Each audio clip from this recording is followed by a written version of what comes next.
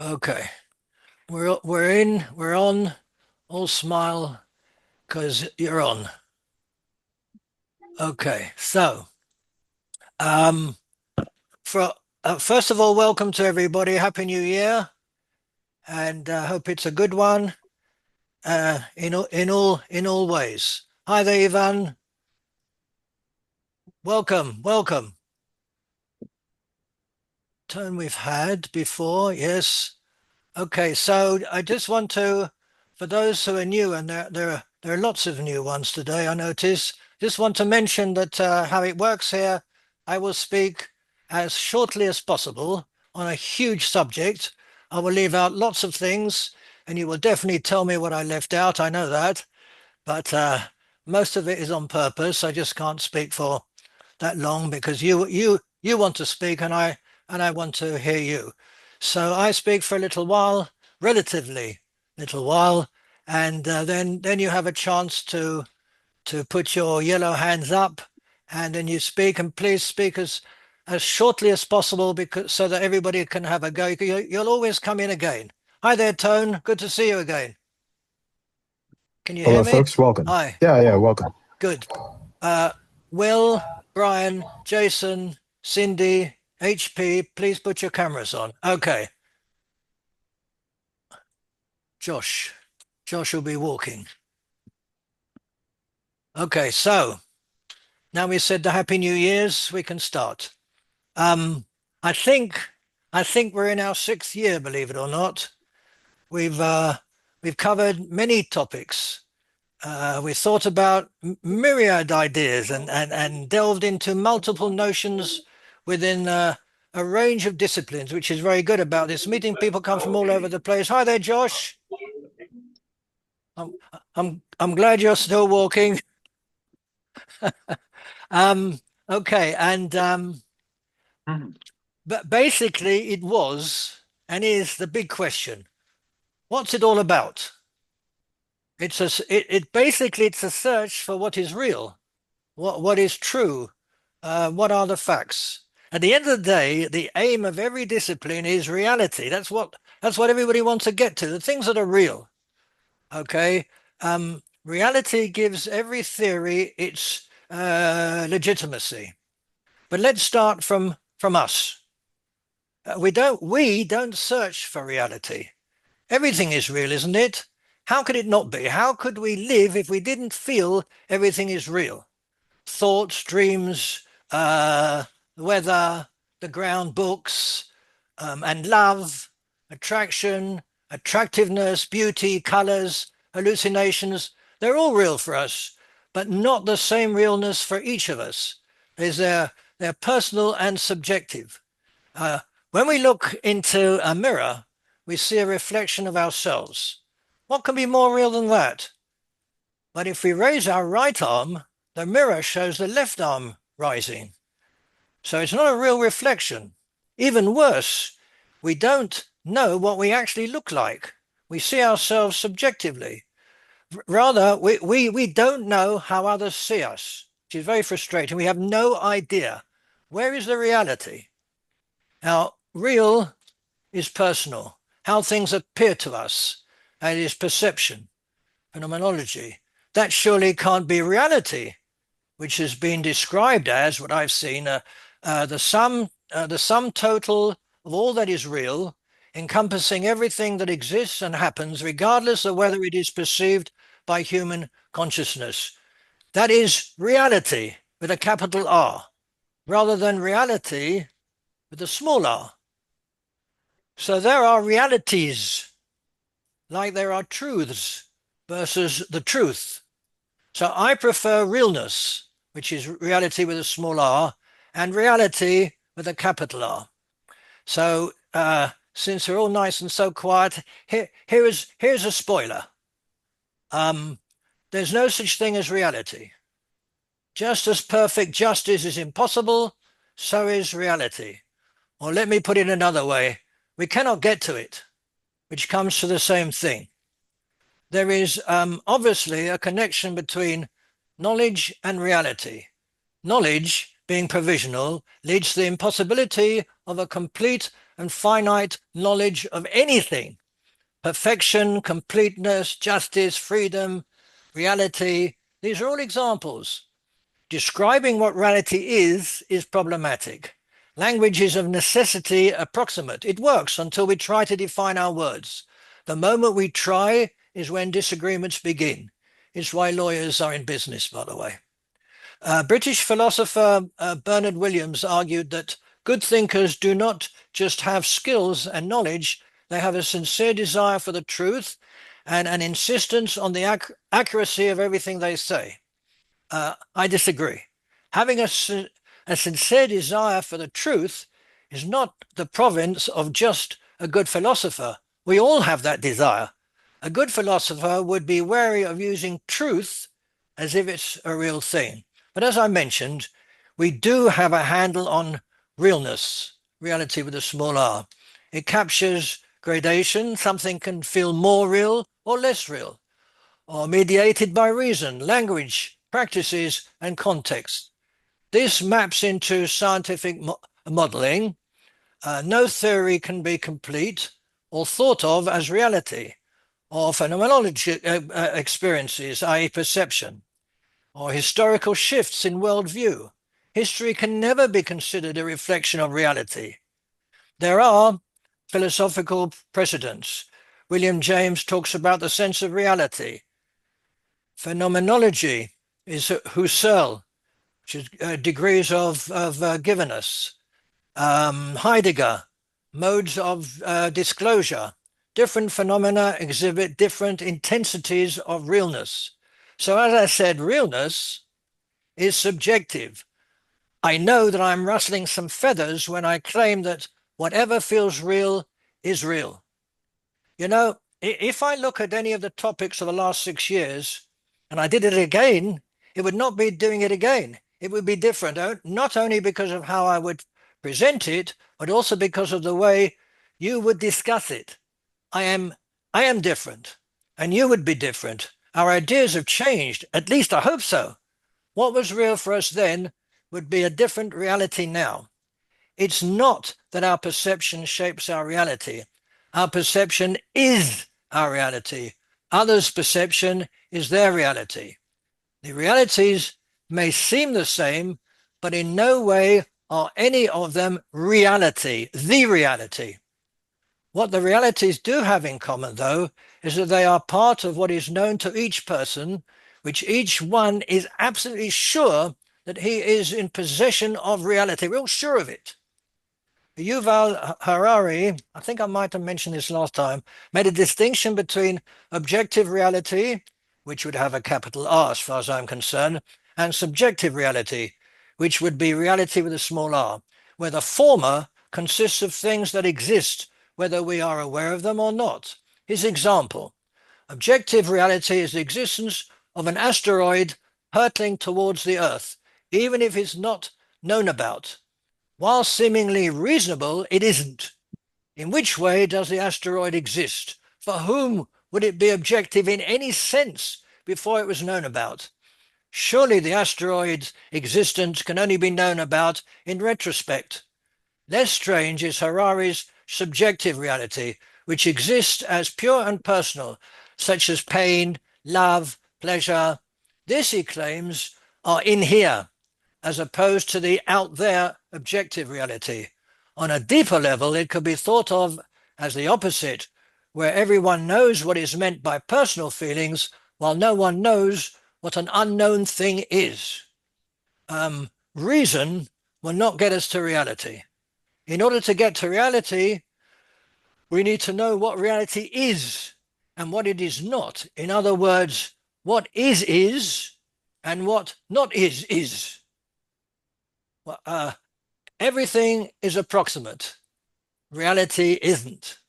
By the way, out of interest, modern Western philosophy is built on difference, on relationships, on relativisms. So reality, a supposed absolute, can be understood in relation to non-reality and between real and almost real. In Hinduism, though, the concept of perfection is absolute. Almost perfect makes no sense. There simply isn't non-perfection. This is in Buddhism, that could make sense because perfection is gradual and relational and functional. But perfection in Hindu metaphysics is not a comparative predicate, but rather an ontological primitive. Perfection for Hindus is reality. Reality for us is not like that. We cannot get to the notion of reality as a basic metaphysical position. If it's turtles all the way down, reality is not the bottommost turtle for us. As already mentioned, knowledge and reality are intricately connected. The more knowledge we gain, the more we delve into reality as a possibility and have to conclude that reality is reachable only if completed knowledge is reachable. The addition of knowledge leads to the diminution of reality. Zooming into knowledge is the zooming into the swirling mists of realism, in which knowledge can exist without a knower. So while there is here the assumption that science and philosophy bring us closer to reality, supposedly uncovering the nature of what reality is, according to realism, there doesn't have to be anyone for there to be reality. It's not the inability to access reality, but there is not necessarily an us to do so. This does not mean that we and the world are not real and that nothing exists. After all, you are listening to these words and you know that I had thoughts and I'm now speaking them. You know that you are real and exist, and that I exist in whichever form you wish to imagine. All this is your reality, and on my side, it's my reality. It's what I have knowledge of. The strong indication is that reality and knowledge are an integrated epistemic whole. We don't, however, have knowledge of what isn't. We understand conceptually what a minus is, even though we don't know what a minus actually is. If a minus is the absence of something, it is the something that makes the minus an it, i.e. a plus. That is to say that there is always something in the world that we're aware of from our point of view. And here we see that reality is also what isn't, but it still requires someone to know that. Interesting things pop up at this point. Perhaps reality exists, yet we can't get to it. Immanuel Kant posited that there exists the thing in itself, the essence of things, which we can never access, but is what something is. So a tree, for example, despite there being so many types of trees, behind all of this is an archetypal tree, the thing in itself that exists beyond us. Hegel, who lived around the same time, within 50 years, also maintained that we can't get to the thing in itself, not because it is outside of us, but rather because it is a part of us. Accordingly, whichever we look at it, reality is somewhere for human beings. How then can there be one reality if it is possibly different for every person? And that's not all. Reality is different even for each person over time. It would be safe to say that that most mainstream physicists agree that reality as we have traditionally conceived of it does not exist, or at least is questionable. In fact, they would be hard-pressed to indicate even what, that is, how real, matter is. This puts us in an alarming position. Realists seem to be alluding to the fact that we're all living some sort of a delusional life, where what we don't naturally perceive and experience, for example, subatomic particles, are more real than what we do perceive and experience, such as tables, trains, water, etc. Now here we come to across a sleight of hand, in fact, a great PR job regarding the nature of reality, under which realists are accepted as being those who believe that there is an objective, real physical world whose properties are independent of what people know or perceive. In other words, independent of an observer. So when physicist Lee Smolin proposes reality without observer, he points out that he is a realist and that for him, and I quote, the goal of science is precisely the description of nature as it would be in our absence. Close the quote. I need to ask what a description of nature, in fact, any description, is if there's no describer and no one to see or hear the description. And let's face it, science doesn't have goals. Scientists do. The definition of realism is strange to say the least. Realism applies to reality that somehow exists without the need for an observer. Reality simply exists, in other words. As soon as we equate realism with reality, we must wonder where the latter could be if we don't perceive it or not yet even know about it. Interestingly, realism also ascribes science as being a systematic search for the world as it is, which allows for the possibility that ultimate knowledge of reality can be attained. Attained by whom, though? Well, when there's no necessity for an observer. As already mentioned, anything that we feel, hear, smell is real for us, individually in varying degrees. In that sense, reality is subjective. God, free will, telepathy, spiritualism are all examples of what is real for some people and not for other people. That part is easy, though. The problems lie in the nouns reality and realism, which when used in science and philosophy have come to be largely synonymous. Realists, then, believe that the world is there outside of us and independent of our knowledge.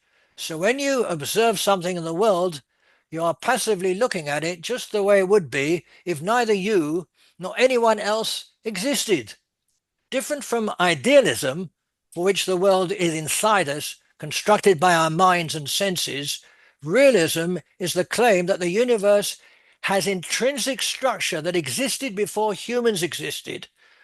This is, as far as realists are concerned, an objective way of looking at nature, even when there wouldn't be anyone looking at it at all. The view of realism hits us full on with self-contradiction. If reality exists independent of observers, in which way would that be reality? What is real about the unknown? Where would the unknown reality be? This is all about knowledge after all. For whom is there knowledge if it is not for a human observer? Interesting is the claim that realists are those who accept existence as divorced from knowledge, while anti-realists are those who believe things that do not exist before they are found, that is, known about.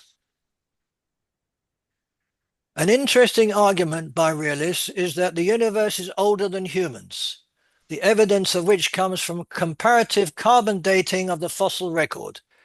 Yes, but that is retrospective knowledge of reality. Although it is present knowledge, the existence of an earlier universe is a premise that can only be made after carbon testing was invented. It does not follow, and in fact, it is senseless to claim knowledge of something before it was known. A parallel argument would have it that if evolution had not led to humans, the universe would exist despite their absence, a position put out by Richard Dawkins about facts on a number of occasions when he states that, I quote, the facts about science were facts long before there were humans, close the quote. In a conversation with Lawrence Krauss, Dawkins makes the comment that, I quote, it's a kind of arrogance to assume that humans have to be involved in everything, close the quote. These sorts of comments are readily and widely accepted where they should be challenged or at least questioned. Obviously, humans are not involved in everything. The point, though, is whether there can be knowledge of anything without humans having that knowledge. If not, how could we know about what are facts and what are not? And so it goes on. In a throwaway line, physicist Frank Wilczek mentioned that, quote, the universe got along quite well without us for most of its history, close the quote. Clearly, though, if we consider knowledge as the connection between the past, the present, and our future, a possible future experience, reality requires a very different definition from that given by realists, whose ideas are popularly accepted. The argument is even more absurd in its claim that such realism would be objective. Maintaining that that objectivity can be divorced from human minds is a rabbit pulled from some sort of hat. Realism is, in that sense, a self-fulfilling term, helped on its way through a changed definition of objective, which no longer is connected to anyone or anything. In that case, science that looks for reality is the art of speculating what might be true, boosted by the fact that we might not understand it. So what then is anti-realism? First of all, let's realize that both anti-realism and realism are looking for reality, for what is real. The way of getting there is different for each. The argument for anti-realism is that only when there are observers do the concepts of truth and fact have meaning, being inherently tied to human cognition and language. Philosopher Michael Dummett, a prominent proponent of anti-realism, characterizes truth as that which we are capable of knowing. The division is projected starkly when it comes to quantum physics, where there is a significant divide between researchers who hold realistic views, a huge majority by the way, who project equations as evidence onto the real world, and those with epistemic ones, which says that quantum physics is concerned only with knowledge of information. Somehow there's a large measure of hubris behind the paradoxical claim that an unknowable state would be realistic, while a knowable state would be deemed anti-realistic. What would be real about that, which is or could be unknown and possibly unknown, while that which is known is unrealistic? Amazingly paradoxical is that realism supposedly demonstrates the ubiquity of objectivity when the observer has been eliminated from the definition itself. When realism purports to imagine one's personal non-existence, we are faced with an ideology that is not even an opinion, since there could be no one to have an opinion. It is not even mind-blowing, since there might be no mind to be blown. If that is realism, what is anti-realism? And why, by the way, is it called anti-realism rather than unrealism or non-realism? If realism is supposedly about what is really happening in the world, is anti-realism about what is not happening in the world? Yet both realists and anti-realists claim to know what is. One person's realism is another person's anti-realism, it seems. Surprisingly, realism has the opposite meaning in the arts, including poetry and literature, which is concerned with the accurate, real depiction of life as it is perceived and experienced by humans. So scientific and philosophical realism sees reality even if divorced from human observation, while artistic and literary realism is all about human experience of reality. Just to give you one example, in literature, Gustave Flaubert's novel Madame Bovary is a stark example of realism, portraying as it does the life and struggles of an ordinary woman without romanticizing her experience. How strange that the arts, often considered to be airy-fairy with projective depths of imaginative reality, see realism as a way of presenting the nitty-gritty of life, while the aim of science is to present reality as that which can do without human experience. Why scientific realism went that way beats me. It seems like a way to diminish the human being while looking for a higher power that can be relied upon. I'm wondering whether it's a relic of religion, a remnant that we can't get rid of. Where is reality if it's not within our own power, but somehow implies a teleological view of nature, as though natural patterns occur according to a divine plan? Well, that stone that I just threw Um, I think I made it in time for something anyway. And now it's your turn. I see, I see a few, a few hands up. Um, so you can all have a go at me, or not, preferably not. But anyway, have a go at me, and as short as you possibly can. Even one sentence is okay. If it says what you want to say, just let it out. Okay, Alan, you were first last time, and this time as well. That means I'm in trouble. Right. Thank you. Thank you. I take issue a bit with your perspective on science. I know that Ian Hacking is not a scientist per se, but he's very friendly to science, and his entity realism, for example, is very interventional. You are criticizing the idea that realism is about something which doesn't include humans. And I think the entity realism gets us a little bit closer to the notion that realism is about doing things that affect other things. And as Hacking would put it, if you can spray it, it's real. Or if you can do something with an electron, it's real. And so that interventional aspect, I think, brings humans back into the picture. Bringing humans back into the picture is fine. It's saying that things can exist if there's nobody without humans. That's my problem. It is it is Oh, it is crazy as far as I'm concerned, to use a very well, scientific I word. I guess I probably beg differ, but I can't make a good argument for against that right now. At any rate, thank you. Thank you very much. Thank you. I know scientists would hate what I just said about realism. They're so keen on it. I just don't get it. But that's just me. Hi, Michael. I know you have to leave soon, so Yeah, thank you for unfortunately, I coming. have to leave. But I have a few comments about what you said. And no, I don't hate what you said. I actually agree with much of this.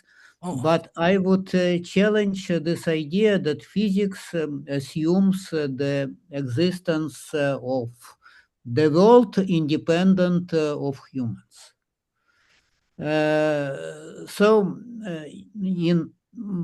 my impression is that the foundational idea of physics is the method, how it learns about the world.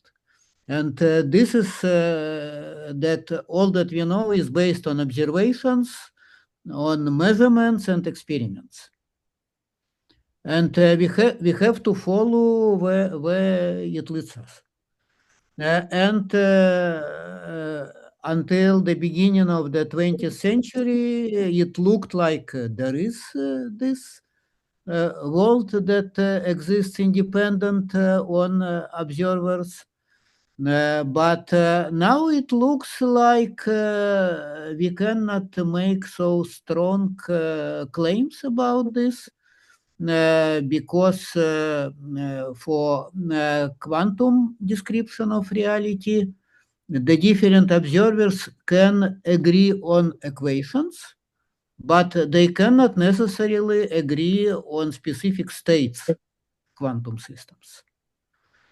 In relativistic picture of reality, the different observers cannot even agree on the notion of now, what events happen before or after each other. But they still can agree on this four-dimensional space-time metric. So there are still some things that different observers can agree. but they are weaker than the existence of the world independent, completely independent on human observers.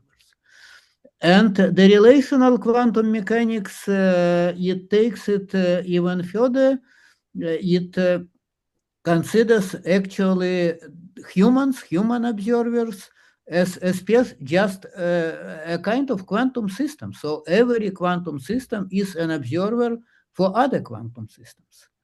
And this allows to define these observations in the sense that is not related to humans in any sense. So I'm just a quantum system. I'm observing you. And any other quantum system is observing other quantum systems. And the equations of quantum mechanics can be interpreted this way just fine. And it eliminates many paradoxes of quantum mechanics, like this Schrödinger's cat and so on. So this is one point that I wanted to make. Now, another point is that I like this idea of distinction between objective and subjective realities. And to me, it's related to this Kantian notion that cogito ergo sum. I think, therefore I exist. So the interesting point is how would we interpret this ergo, this therefore. So what makes the statement paradoxical is that if we take it literally as the causation, so my existence is predicated on my thinking about this, which seems weird. But it could be interpreted in different way, that I know that I exist because I can think, because it appears to me as subjective. That's all right, you're an I. That's all right, I have no problem with you being an I. But you are a human, and you think. And you said that the observers can be other observers, and not necessarily human. I can't accept. Right. So yes, according to relational quantum mechanics, it's basically that's it. So that every quantum system can be an observer of any other quantum system. That makes no sense to me. And to me, this makes a perfect sense because think about this. What makes us special in relation to other physical systems? I understand that it feels good that we are special, that we are so intelligent, smart, and so on. But for other physical systems, we are just other physical systems. And now another question that I would ask is that, if I did not think, but if I just had some kind of weak subjective experience of my existence, probably it would be enough for me to feel that I exist. And in this sense, why would I deny for other systems also to feel something about their existence? And can you elaborate on what you mean by systems? You're going to panpsychism now. It's not necessarily panpsychism, because I do not assume that every system is conscious. But my weaker assumption is that every system has some kind of subjective experience, some kind, and which is inseparable from this system's existence. And to this question is what makes a system a system. What makes a system empirically a system for us is that it has some sort of stability. So we can only observe a system or perceive something as a system if it is somewhat stable. So, of course, it has a state that can change over time, but still there is something that makes this system a system, distinct from any other systems. And if we assume that any system that deserves this name also has some sort of subjective experience, I would make maybe a statement that, Ron, you would not agree, but that seems to me the simplest interpretation of this ergo in this Kantian statement. That maybe, therefore, we have to understand not as cause and effect relationship, but simply as equivalence. I have a subjective experience of my existence, and I exist, and I have a subjective experience. These are just two different sides of the same coin. I'm sorry, but we got to move on a bit. Michael, sorry, it's not personal. It's just that, you know. Yeah. I just want to say that. No, it's okay. But just really quickly, my last comment is that what makes us like allow us to talk about reality beyond our subjective realities is that once we agree that there is something behind our subjective experience, and this implies the existence of other observers, at least human observers, and the ability to communicate with them. And if we can agree on something that we all, which is consistent between our subjective realities, that's what we can call, maybe tentatively, the objective reality.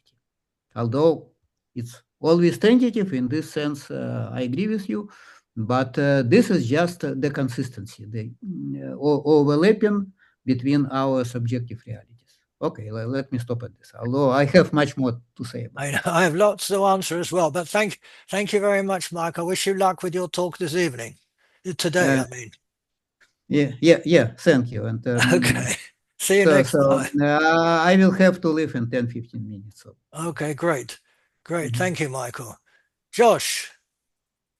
Yeah, you notice that Michael, in talking about the relations between people or scientists, he focused on observations as the contribution that each of us make in terms of knowledge inquiry or scientific inquiry. What I wanted to ask you, Ron, was I'm trying to place the assertions that you're making with respect to certain philosophical positions, and I'm wondering, for example, to what extent your thinking is more compatible, say, with Hume than it is with Kant. Now, with Kant, the way that I would just simply, kind of characterize the innovation that Kant made, it wasn't simply that one has to understand the world that we experience on the basis of our own subjective perspective, meaning that we observe it from different vantage points. The innovation that Kant made was to realize that before you can get to the point of talking about observing anything, you have to take it back a step. And that previous step is this, the primordial step is this, is that we begin with conditions of possibility, conditions of intelligibility. That is to say, schemas on the basis of which we organize what counts as something. And that's prior to the simple notion of an observation. Now, post-Kantian thinking of all sorts, Hegel and Marx and Darwin and Freud, they all accepted that basic premise of Kant. They took it in different directions. For example, whereas Kant said that there's a kind of, these universal categories, they said, well, no, these categories themselves differ, and evolve perhaps, but they still maintained that before you can talk about, the real in terms of what is observed, you have to first understand that what appears to us in terms of knowledge is organized. It's pre-organized. It's pre-schematized in a certain way already, and that is our contribution, not just as observers, but as active organizers. No. I just wanted to add to that quickly that modern realism is considered to be Kant's invention. He was a transcendental idealist, but not of the Berkeley sort. But his form of transcendental idealism made possible a modern notion of realism, which accepts his starting point. Thanks. Thank you very much, Josh. I don't understand what can come before knowledge. I just don't get it. What do you mean? You step back and you think about things. Well, there you have it. If you think about it, you've got knowledge. You're an observer. There's nothing before, as far as I'm concerned. If you look at a drawing and you see a duck and I see a rabbit, you've organized the particulars according to a certain perceptual scheme, Okay, fair which enough. makes it appear a certain way. That's my knowledge and your knowledge. It's right, not. but the knowledge, but that's what it means to know. Before knowledge is simply a causal sticking together of particulars. It's a scheme on the basis of which, for example, for Kant, it was the whole notion of causality as a category. We're sort of given, that way of putting together elements of the world on the basis of a certain way of thinking about them, called causality.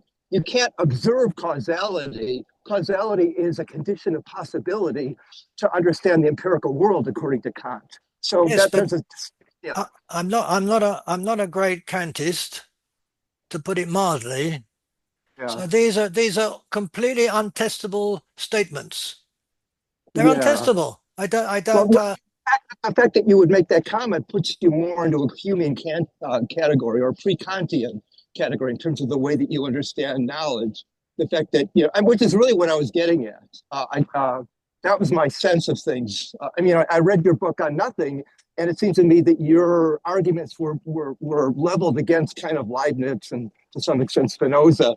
So you were sort of picking apart that era of philosophy and saying, they're making these claims about, nothing, and they're mushing it together with nothingness, and so I had the sense there that that's really the sort of the era or the modes of philosophizing that you are targeting, as opposed to Kant and Hegel and and idealism or modern German idealism and post Kantian.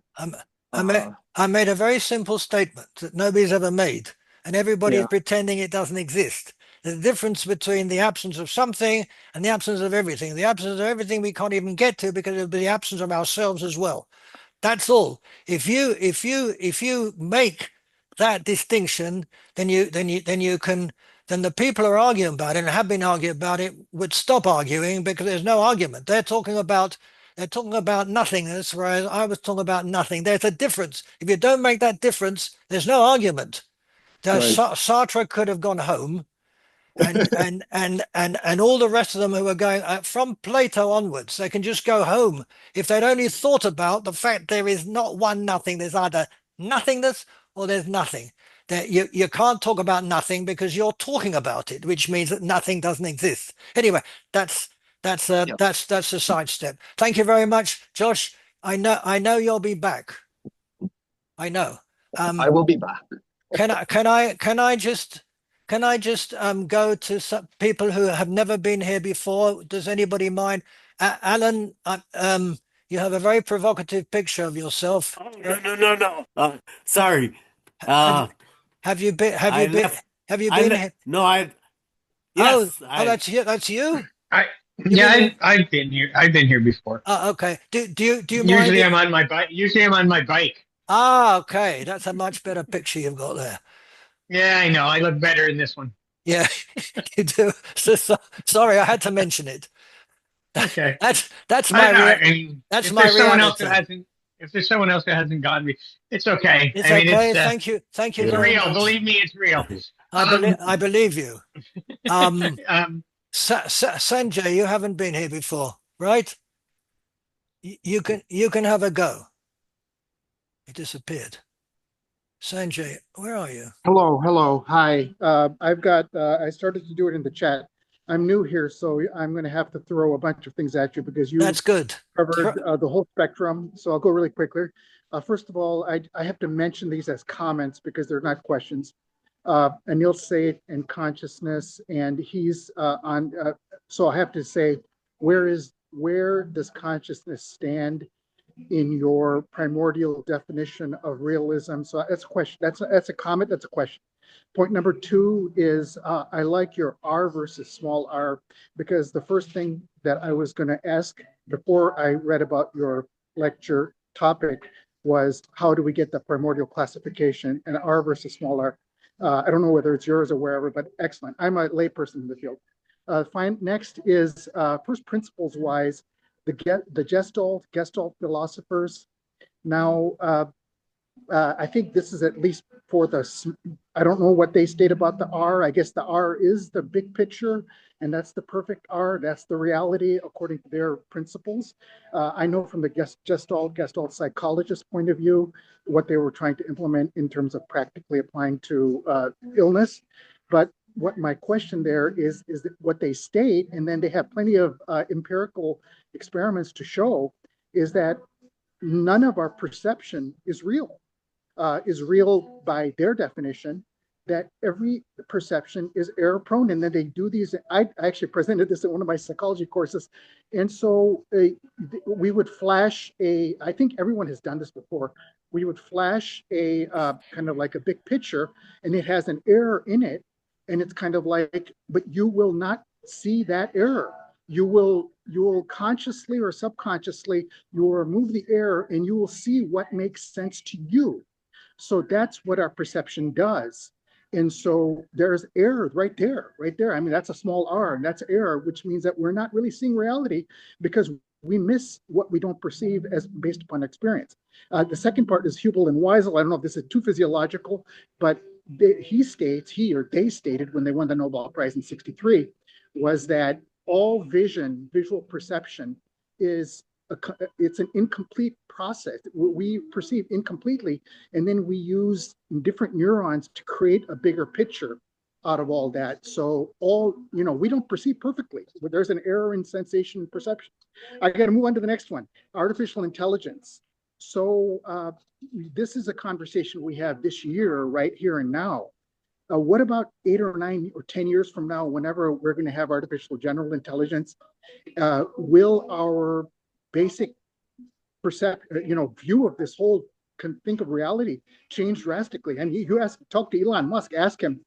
He's saying that basic humans are irrelevant and redundant, and that there's just going to be one massive AGI, which is going to have much, much more intelligence than all of us put together. I'll get out of here. Thank you very much. Thank you very much, Sanjay. Very interesting points you made. And you did it shortly.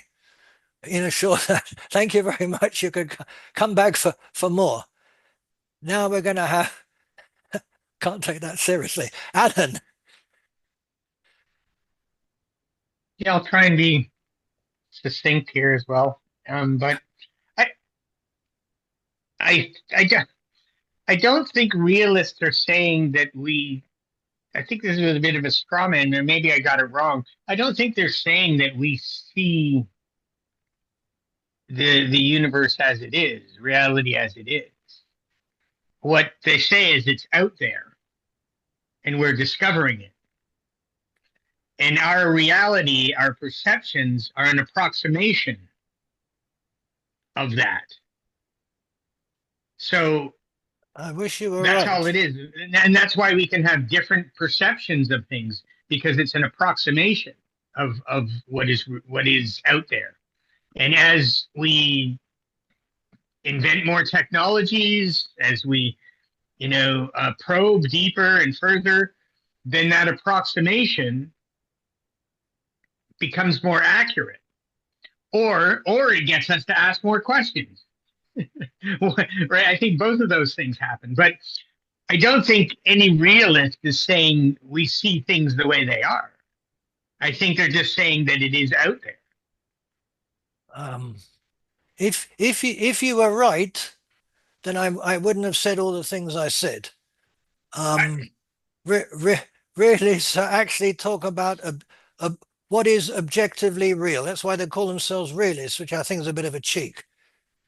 But they But I say don't think they I don't do. think they claim to know that. They don't claim to know that. They do. They They just do say it's out actually. there. They do. They talk about it. It's objective, and it would be like that even if there was nobody around. They actually say that. That's realism. I don't see how that is real. So it's out there. So reality is out there. We just got to discover it. No, they've already discovered it because they don't need to be there to know about it. That's my argument with them. Well, not with them, because I mean, really, I mean, it's realism but, is who would claim like no one would claim that. I quoted some even. Yeah, but no, I guess I look at Newton, right? Let's look at Newton. I mean, he did his right. No, His gravitational Newton thing, Newton was and not then. Newton was not a realist. But no, but I mean, he was making an approximation to what's real. No, he wasn't actually. He was saying this is what it is, and it was like that. You measure it, No, well, and no, it's an it works. approximation. He never talked It's about approximate. He didn't talk about approximations. Yeah, but he didn't know that. He only knew what he knew. Like He didn't know everybody. that. He didn't know the future. If he knew the future, then he would know that he was an approximation, and that Einstein's field theory would improve upon that. It didn't erase it; it just improved upon it. And I'm sure that we'll have another improvement as we go further down the rabbit hole. Well, Newton was a different kettle of fish. He knew what he was doing. He gave very nice mathematics. He knew that how fast you threw something, where it went to, where it would land. Yep. It was all very nicely put together. It's what came later, which he did not know about, obviously, where people started taking out the human being as if he'd not. It happens anyway, whether there's a human or not. That's my argument. That's it. And I just don't see how that's possible. But that's just me. Anyway, but thank you very much. I understand what you're saying. It's fine. But you can come back and have another go whenever you want. You can move down. It's fine. Thank you very much. Thank you. Kerry. Hello. Hello there. Yeah. It seems like these discussions kind of boil down to the different way that philosophers and scientists tend to discuss things. Assuming that both have the same goal, to try to find out what's primary or irreducible. Philosophers look at what we, in quotes, what are we embedded in, right? That's going to color our perception, is right. And it's going to be anthropology, biology, what it is to be human, things like that. The scientist takes a different perspective. They have this fiction of objectivity, where instead it's a pragmatic framework that everything is embedded in, and you try to make sense of it through that, right? Things like reductionism and this historical narrative where geology should reconcile with chemistry, should reconcile with cosmology, should reconcile with everything about biology. All of this stuff should fit together, and that gives us some kind of perspective that we can kind of, it acts as solid ground for us to push off from. If the philosopher says that experience is primary, right, what we're doing then when the next step is, as an experiencing agent in the world, is we evaluate, we project, and we integrate, or whatever, but the experience is primary. So that would be truth, right? The thing is, truth are claims made by minds, right? And when we talk about what's real, that was the question today. That's just a contrast between the negation of what's unreal. And as you've so artfully put it in the past, that is nothing, right? I don't need to restate that.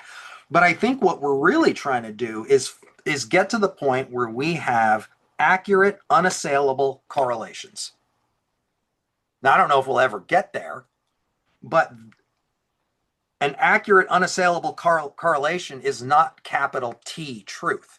There could be multiple overlapping ones that function quite well, depending on your perspective. And I think that's the tension between the philosopher and the scientist. Thanks.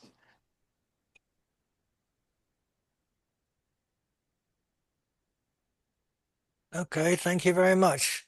Paul, I just saw your comment. I can't read the comments, they're going too fast, but by chance, and I think you're right, but I think it's a bit, it will cause some sort of friction. But I agree with you. I would like to do that. I have to think about it. There's a lot of stuff going on, etc., etc. But anyway, did you put your hand? You had your hand up before, didn't you, Paul? I did, yeah. And I joined late, Ron. This is my first meeting here. Whenever you want, whenever you want. What is, if you can just give me your high level of what your view is on reality, just from a high level. Yeah, I joined late. I'm sorry. You want me to start again? No, maybe give me a bullet point or two. I try. God, the hardest thing is to do something like that boil down the most complex things into 2 bullet points. Yes. What I said basically was that reality per se does not exist. Reality with a capital R, the reality. Sure. And that you have to make a difference between that and realism, which I did not talk about, but you have to talk about reality with a small r, because there are lots of realities, like there are lots of truths, and there's no, as far as I'm concerned, the truth, and there's no the reality. We'll never get to it. We cannot get to it, and there's not even an it. We will never reach it. Something you can't reach. I don't know how you can say that it exists. It's a very, very long story, but that's more or less it. What I said was that reality with a capital R does not exist, cannot exist, because everything's approximate. Everything has to be approximate.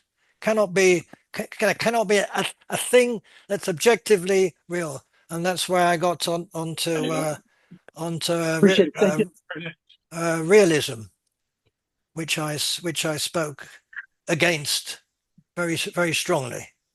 I don't know exactly when you came in, but you'll see as we go on that people will say that I'm wrong, etc., etc., which is fair enough. Okay, but Thanks, whenever you want to come on, please do. I'm very keen that people have not been here before do actually give their points of view and listen. The point of our meetings is people coming from different places, and they've got different ideas. They come from different disciplines, and everybody adds something. And with all that, we all grow, because we see other things. We don't often get a chance in our normal social lives to speak about things like this. I think if we do, we're lucky. But so people come along here and they can be free, and they can open up and say whatever they feel that they want to say. I will usually say they're wrong, but no, I'm just joking. Actually, I do. But anyway, that's more or less what we do the first Sunday of the month. It gives us a chance to listen to ideas that we might not normally hear. And I think it's very refreshing. Anyway. Thanks, Ron. That's it. So come on whenever you want. Tone, good to see you again. Good to see you guys. So a couple things. I may have put some of this in the chat, try to just summarize it, but I mean, Ron's absolutely right that reality in the big R sense could not exist if the constraint is that it must be known in total. So I think that's a big issue. If reality has to be known in total, then that's the argument right there, because no subsystem can know the total subs. Okay, so there's that. However, there's a different way to think about it, which is to say, if you allow reality to be known in approximation, right? And in particular, this gets to symbolic reasoning and abstraction in the sense that humans are able to use symbolic representation to represent things that would not be accessible merely by the senses. It was not given to us merely by biological evolution. We needed cultural evolution to get there. And so if you accept that premise, then that opens the door to things, for example, and I'm not advocating for it, but I do recognize it. The Platonic view of mathematics, in particular, Max Tegmark, when he talks about the mathematical universe hypothesis, that all of this is just mathematics. And this is indeed why science converges so well to mathematics. We can never know that mathematical form outside of time and space ever. But what we could do is we can reason about it because we have the ability to represent it symbolically. So, and again, so it just depends on what you would admit. If you admit that second view, where you can know it symbolically and see its implications, even though even asymptotically, you would never be able to apprehend the whole thing. Incidentally, Max refers to that would be the bird view of the entire mathematical form, and we only have frog views, which are like little slices within it. So I think that's something to consider, which one we feel is more real. Maybe the last thing I'll say is this also goes to the idea of functional versus truth value. Biology produces beings that embody functional value. Like we all have a metabolism. That metabolism, in some sense, is the inflow and outflow of function. It defines what is functional to us. But all of these other questions that are not about survival, these questions about mathematics and physics, that's not necessarily functional, but it can be true. And so I think we need to separate those. I'll leave it there and come back. Thank you. Thank you, Joan. You use the word true, which always gets me going, because I don't know really what that means. So I'm not sure that mathematics is true, by the way. I don't think Terry thinks so either, but I might be wrong. I don't think mathematics is true. I don't know. It shows things that might be false. It can be made to look very, very nice. I mean, it can be beautiful, but it has nothing to do with what's actually going on, as far as I'm concerned. But anyway, but thank you very much, Tone. Thank you. William. Yes, thank you. I've been listening, and I have a very simple way of looking this, and maybe too simple. I think reality is a word that is used to characterize beliefs that people hold about themselves, the world, and others, so they expect are beyond a reasonable doubt. And that's what real is for them. And they are implemented by them to give them reality, make them real. And that simple way of looking at it, it's what we call real that makes it real. And what we implement to show it's real is what we do when we get something like going to trial and get a proof that someone is guilty of a crime, or that we go when we get a proof by experimentation that the sun does things and the moon does things and others. And I just want to say that it's a possibility with that definition to have reality wars like we're having in the United States, because we have wars between people who believe in the system of equality and the people who believe in the system of authoritarianism, and they're fighting about it. And that's a reality for them. And we have to learn how to break through that reality war to get some peace. And my sense of it is that's the reality that makes a difference for us. And that's the reality that I want to talk about in my work and elsewhere. Thank you. Thank you. I don't disagree with you, by the way. I would like to. I don't disagree with you, but you're a lawyer, and I did slip something in about, I don't know if you noticed, about lawyers being there to solve the problems of language. So, No, so you missed that little barb. But I mentioned that Language is approximate. It has to be. And now you said that reality is a word. And now we're discussing a description of the word reality. And we won't come to a real answer of what reality is, because you've put your description, somebody else will put another description, and that's how we all get along. Because we use language approximately. That the moment we start arguing about individual words, that's where problems begin. That's when wars start. People just don't speak. People speak about freedom, and everybody's got a different idea what freedom is. There's no real freedom. Real freedom, the reality of freedom, we can't get to. We can't get to justice, real justice. It Well, has to be approximate. It has to be justice in some way, right? I think it's this way for me. I think that reality is a word because it makes sense to me. Ah, And it makes sense to call something real when it's been proven beyond a reasonable doubt for them. And it makes sense when they go on and implement it and they make it real by doing what they have to do under the belief system. So I'm just saying to you that we don't have to have wars or we're not in a relative swamp. We're about trying to get agreement about how we come to a conclusion. And that's the question of how peace is made, not how war is created. And that's for me important. okay, fine. Thank you very much. It's interesting, but it's not reality, right? No, reality is what I call it. Ah, okay, fair And what enough. I think is a reflection in my beliefs beyond a reasonable doubt. So it's your reality. Yes, it is. And that's the Okay. relativism that you're talking about. No, I was talking about the reality with a capital R, and you're talking I'm about not talking reality with about a. see, reality. A capital R is a reference problem for me. You have a commitment to the idea that there's a reality beyond your words. And I don't think that's true. I I think it's agree. a practical matter. You have words that form themselves into propositions, and they are proven and are not proven. They're either junk or they're good. And when you get junk, you have to discard it. And when it's principled, you have to work with it. And when you work with it, people can get a consensus about it. And that's important. And that's the analysis of reality that I think is critical. Okay. Thank you very much. Thank you. Um, Richard, do you mind if we put in somebody who's never been here before? Ivan, is it Ivan or Ivan? I'm fine, Ron. Yeah, okay, thank you. Cool. It's both Ivan or Ivan. Okay, so Yeah. you can move in, Richard, very kindly. During you're new with us and welcome. So please say your piece, as Yeah. it were. Thank you.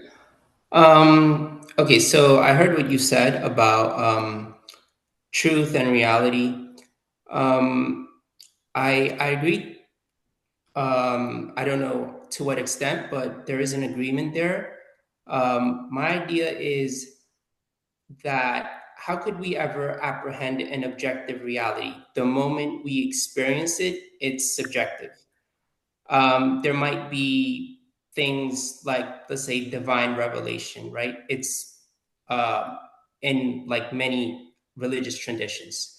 So you have a person reading that book or that text, that sacred text, and that's already a subjective understanding of an objective divine revelation. So, whatever way you try to get at objective reality, it seems to elude you because the moment you experience it or apprehend it, it is already subjective. In that sense, truth seems to not be, we seem to not be able to access truth. An example a very good example is when Eve eats from the tree of knowledge. So in this archetypal story, when she eats from the tree, she doesn't get truth. She gets knowledge of the absence of truth, which would be paradise lost. So in the story, God tells Eve, there's a tree of knowledge, and you shall not eat of that tree. If you eat of the tree, it's disobedience, right? And She you will goes and surely die. He also said that. yes, thank you. She goes and eats from the tree, and she acquires knowledge, but not knowledge of truth. She acquires knowledge of her state of nakedness, of mortality, and then she has to leave paradise. So what I'm saying here is that when she eats the tree of knowledge, or she eats of knowledge, what she gets is not truth. She gets something else. And it seems that what happens and continues to happen in our experience is that we are unable to access truth. It's like you can't have your cake and eat it too. You only know the value of something when you lose it. It seems that there is some sort of paradoxical phenomenon that happens where you cannot both have uh, uh, knowledge and truth, or access these two things. So that's something that, because you had earlier you had said, we can't get truth or reality with a capital R, a capital T. So what I'm interested in is, if we can't get it, what is the closest that we can get to it? What is the closest that we can get to truth or to reality? And it seems that the closest we can get to it is to perceive its absence.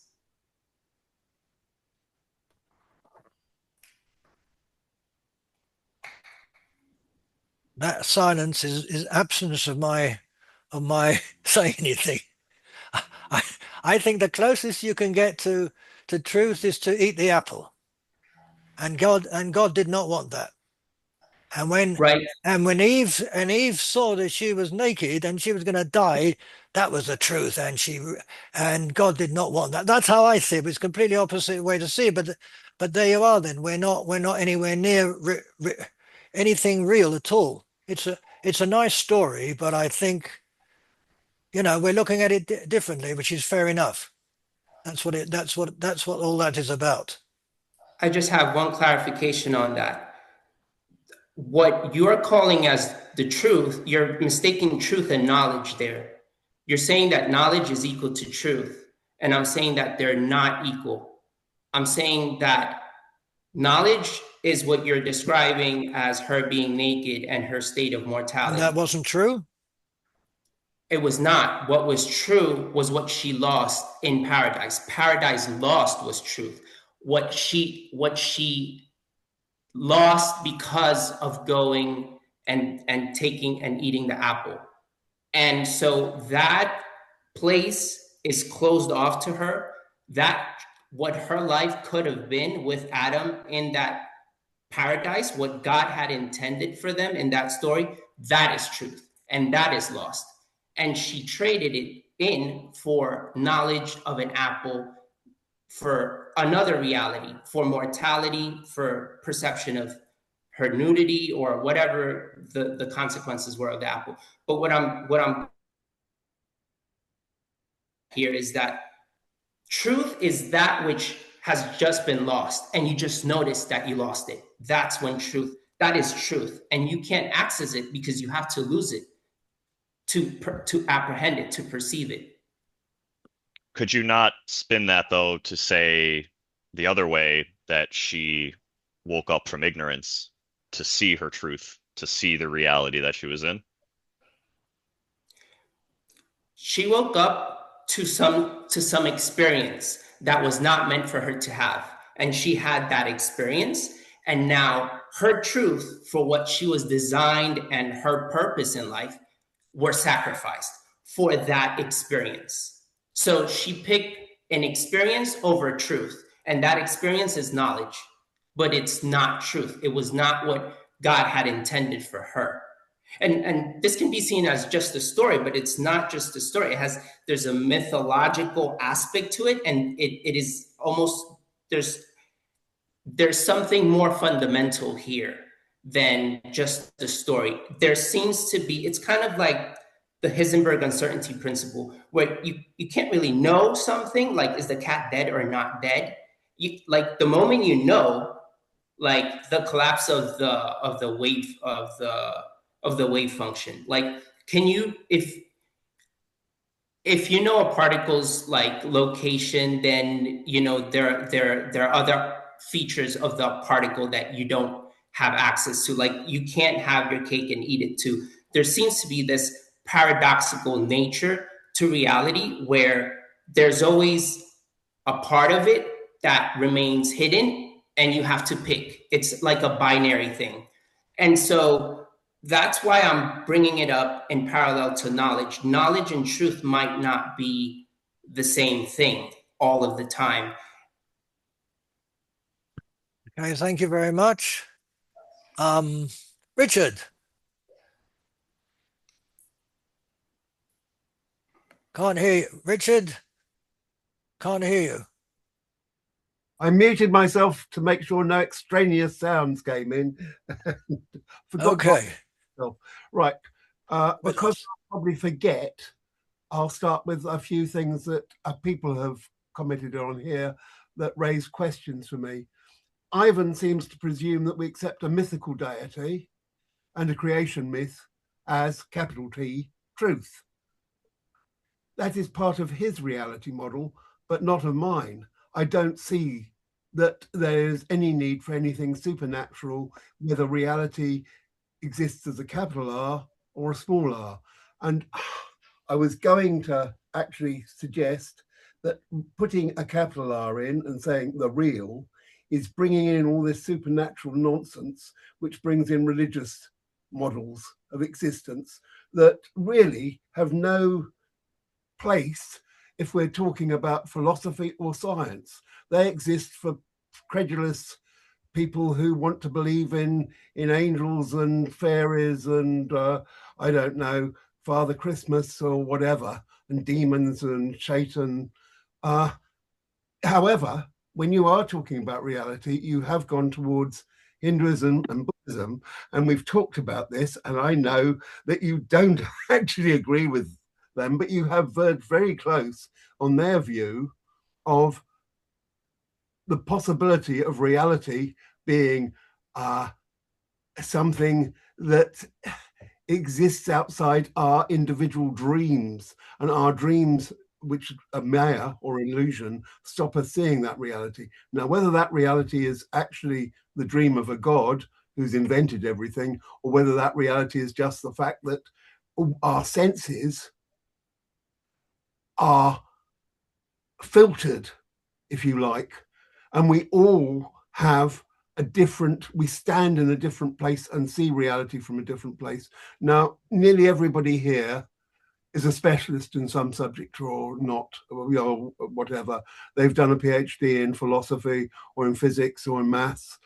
I've got a problem here because I have postgraduate degrees in both arts and science, but I'm not specialist enough to be able to talk on an equal platform with someone who has specialized in just one subject area all their time. Okay, I do feel that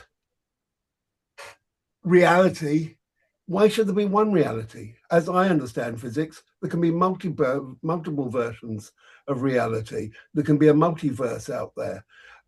So it's possible there are different versions of reality. However, putting that aside, we all create different models. So we create our own different models of the world. Basically, ordinary people assume an external objective reality because the world seems to be consistent and tangible. However, you can't actually touch it. You can't touch atoms. You can't tell whether something that's basically energy is real. This table, this desk, may seem totally real to me, but looked at in a different way, it's just atoms that are held together by energy. It seems to us a world exists, and because we exist, that world exists. However, as someone said, the world that a dog would sense, which would be based on smell, far more than sight. Well, it depends which breed of dog, but for most dogs, it would be far more smell than us anyway, would be different from ours. They would see a different world. They would have a different model of the world. Our perception is filtered, subjective interpretation. It isn't, we can't see the raw thing. We wouldn't have survived. I think I've said this before, possibly several times. I'm sorry about that. But we wouldn't have survived as early man if we'd worried about whether that lion was real or not, if it was creeping up on us. We had to be aware of danger. We had to put blinkers on ourselves so we could only see what was absolutely important for our survival. So therefore, we are limited. It's contextual. There's nothing that's going to appear the same to me and to everybody else here, and yet you and I have a more of a shared background than we do with most other people. Okay. Who else did I make a thing? Oh yeah, to me, Josh's reality appears to be everlasting winter, and he strides through it thinking of Kant, Hegel, and Wittgenstein. He doesn't have any food, he doesn't have a wife, children, any books or anything. It's all in his head, because all I ever see of him is him walking along, and the background is always trees which have lost their leaves, so therefore he exists in Game of Thrones, everlasting winter. Okay. Kerry has a lovely reality. I really feel at home with Kerry's reality because he's got a study, he's got books, he's got guitars. I think he might have a sword or two there, or I'm not absolutely sure. It looks like a sheath. I know about his physical existence from our discussions, but I know little more than his conception of metaphysics. I don't know anything about him. His reality might be totally different from what I imagine. I can only imagine it because of what he said and what his room looks like, his study. You're the same. You can see my books, you can see my CDs, but in fact, this is just my study and we haven't done anything to it for ages, for years, because we may be moving and the house may be knocked down. Okay. Basically, what I'm saying is, I'm not sure if there's one reality or many realities, but I know that our conceptual models of reality are as infinite as there are people. And because I have several, there are more than there are people, I would imagine, if people change every time they read or listen to someone else's ideas, and it changes them. But I do find, talking with you and coming back, we keep on going round and round, much the same question. And I do wonder if it's because this is the basic philosophical question, existence, reality, or whether it's because my mind can only run, because I'm old and because I've got set in ways that I can only run on certain tracks. I am getting ever narrower, which is really sad, but it's possible. So many of us are old, white-bearded people who are probably getting rather set in our ways. And this is our chance to open our minds to new thoughts. Okay, I did want to ask Sanjay as well, I've just remembered. When he's talked about full general AI going to be real in 10 years' time, I really do question whether it's ever going to be real. Is AI ever going to be a total, general, actual intelligence, in which case it will need consciousness of itself? I mean, we come back to the idea of the ghost and the machine. Can a machine have a ghost? Well, can anybody have a ghost? But you know what I mean. For a machine, it's even less. Okay, consciousness itself, one could argue whether consciousness exists or not. But I think I will accept that there is a certain thing, and that unless machines possibly get merged, there were some experiments in California, which I'm sure Terry knows more about than me, about biological computers. Now, I don't know what happened to them because I retired and stopped bothering about computing and reading up about AI. But I do know that most people, when they talk about AI, are talking about an illusion, Maya, if you like. They're talking about people who can use mathematical constructs. They can use something that seems to be their actual intelligence, but it's using human beings' intelligence by putting together a huge database of what people have written and said. That is not intelligence by itself. Okay, there may be an inference engine there, but it's still not intelligence. You have to have some feeling. You have to construct an individual model rather than a model that belongs to everybody else. Okay, that's it. Thank you very much, Richard. Lots Sorry. of them I can argue with, as you know. Oh, of course. But I won't. Okay. Next time. Thank you very much. Debbie. At last, a feminine voice coming. Yeah, hello. Yeah, it's really interesting that, I mean, Ron, you've presented such huge vast of ideas about reality, and I'm wondering if I could take the discussion into a different realm, and not in the metaphysics. And for me, when I think about the question of reality, the reality with a capital R, so I find this interesting, more interesting, or most interesting, when it's more grounded in social and practical life, rather than treated as more of a purely abstract metaphysical problem. So for me, this question of the question of reality and its connection to perception is always interesting to me, in asking how reality is lived and experienced within a society. So to take actually reality and to talk about how does reality shape our perception in context of a social context, and I'm relating probably to, as you could probably realize, to Marx, and that I'm not a Marx expert, so I wanted to relate to how he saw reality, or when I think of reality, of perception. So we think about our perceptions, I think about our perceptions that are individual, but they're not shaped in a vacuum. They're shaped in the world we lived in. So the question is, does reality shape our perception, or perception shapes our reality, or is reality perception? And I think a bit differently than you, Ron, about reality when I look or take reality within the context of material conditions. So when I want to ask, does perception shape reality, or does reality shape perception? According to Marx reading, that would be that first, that there is material conditions. First, there is where we live. So reality is not just out there waiting to be observed. It's produced and reproduced through social relations, as Kant would say, like capitalism, class structures, labor.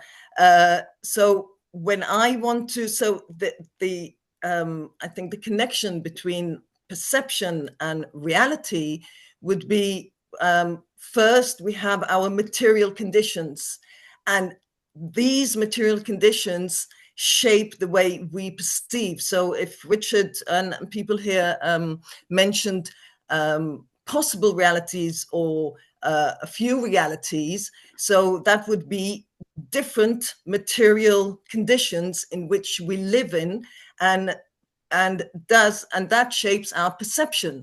And with Marx, and I hope I'm describing it in a bit more accurate way, for him that is a bit his dialectics, that we have our material conditions which shape our perceptions, and in retaliation, reaction to that, our perceptions change, and we can change our reality.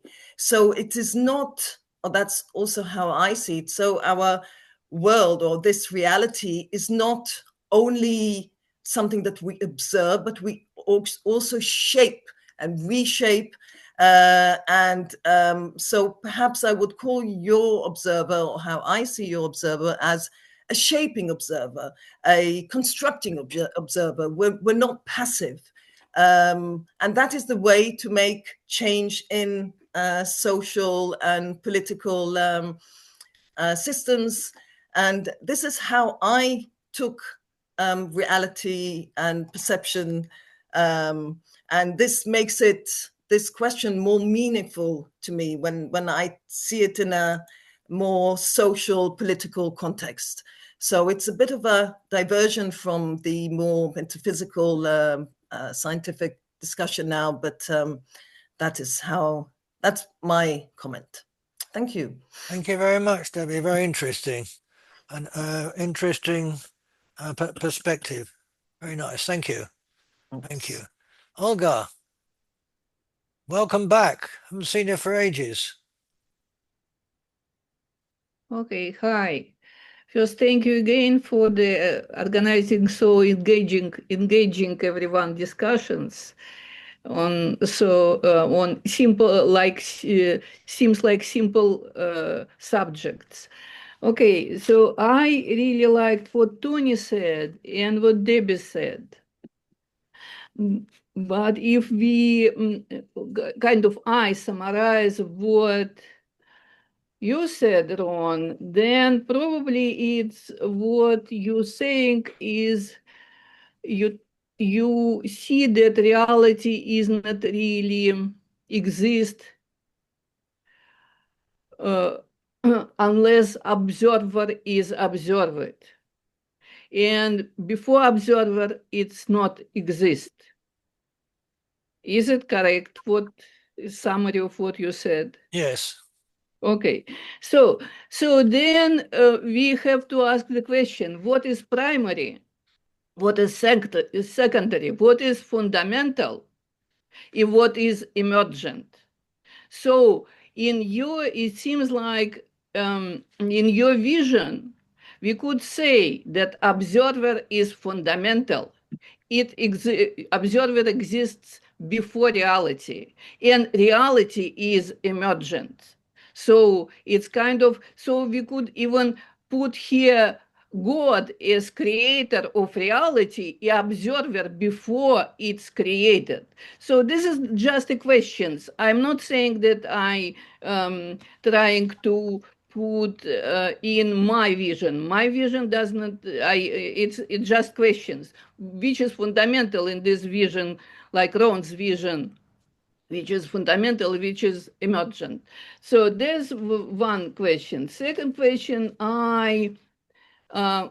it's continuous of what Debbie said. It's actually in practical terms, okay. Or we could discuss it all, but try to raise a child with all this vision that reality is not exist before observer and whatever. And you see, so when we put it in practical social terms, we definitely see its flaws. It's second point. And third point, I would like to I actually, okay. So the third point, unfortunately, this is this Ellen who had this provocative, as Ron said, picture is disappeared. Okay, so but it was like cheesy horny girl who ready for like I don't know if everybody saw it, but it was picture on instead of his face, cheesy horny girl who ready for blow job.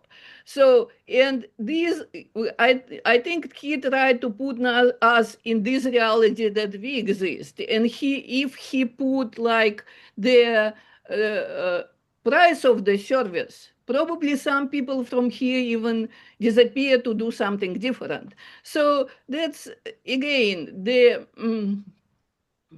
conflict between how we discuss it and how we live in right now. You see, what we're doing here right now and what we seeing on the screen. There is not only observable, still not only observable by us reality, but still these in infinite other realities that intersect with ours. So, and this question probably really the biggest question, which is fundamental, which is emergent, was something before reality created, or and is it even maybe created to create the next observer, or again, is it fundamental or is it emergence? What reality, emergent or fundamental? That's it. Thanks.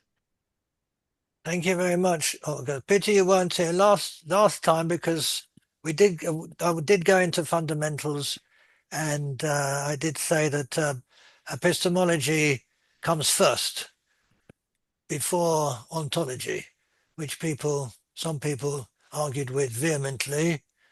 It's a very strong position I take after many years of believing the opposite. I think first of all you have to know, otherwise there isn't anything. But that was last week, so that was just a very short answer to what you asked first. But it's a fascinating topic, and it keeps on coming up. And when I started this about 6 years ago, I just took subjects that came into my mind, and gradually I realized that they're all connected in some way, and one thing leads on to another. And it's fascinating that somebody says something, can you say a word, and it sets me off for the next time, because everything's connected. There has to be in some way. So that's where we are.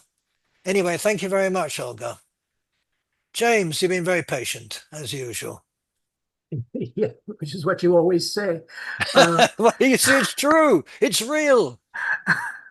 Well, I purposely wanted to hear a bunch of people comment today, and it was very rich, I have to say.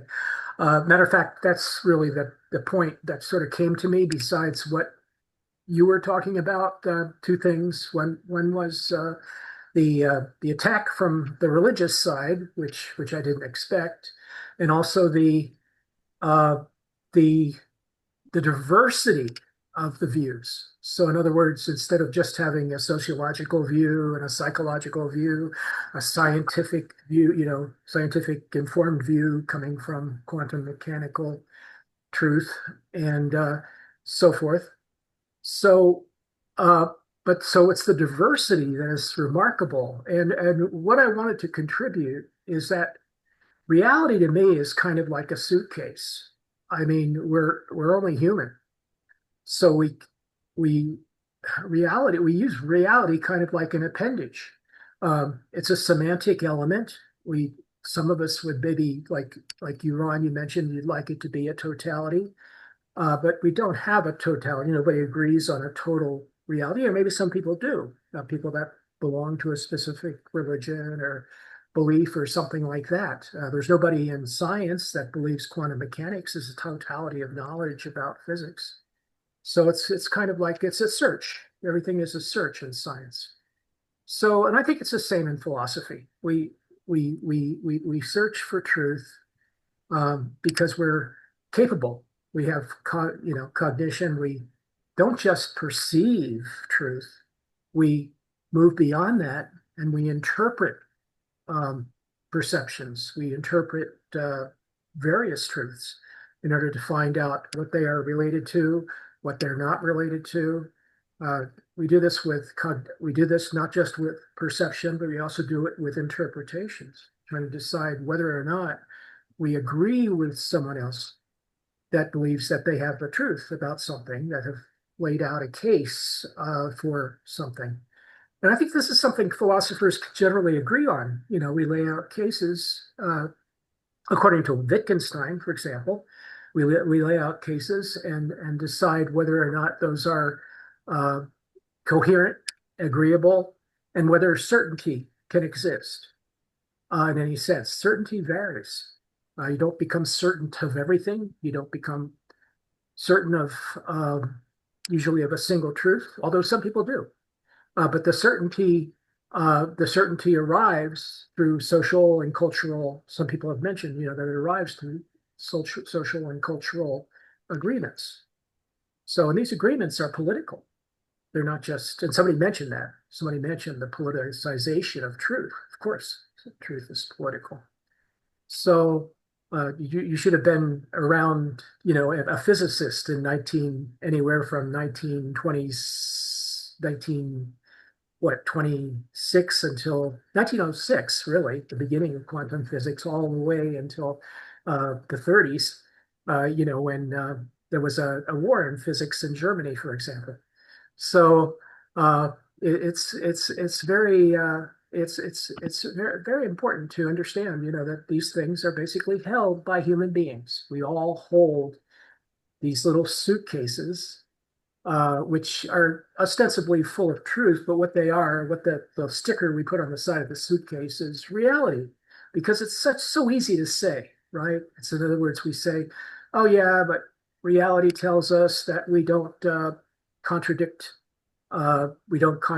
the opinion of more educated people, or and so on and so forth. For religious people, we can't contradict the words of holy texts, and so on and so forth.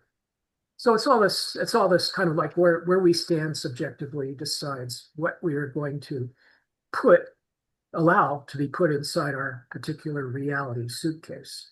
What we consider true, in other words. We won't put things that we consider false into the suitcase. So, and that goes beyond mere perception. That goes into like listening, interpreting, existing among each other, and so on and so forth. So you're right in declaring it's very complicated and wanting there to be an anti-reality, and being imaginative in various ways, but it is something that is not cut and dried for anyone. It's just something we semantically drag along with us, a section of our knowledge that we're willing to say, this is considered certain by a great number of people, so I feel socially available to agree that this is truth. Therefore, it is part of my reality. I stuff it in the suitcase. Everything is fine, because we all have to do that. Thank you very much, James. Thank you. That was very nice. Claudio, welcome back.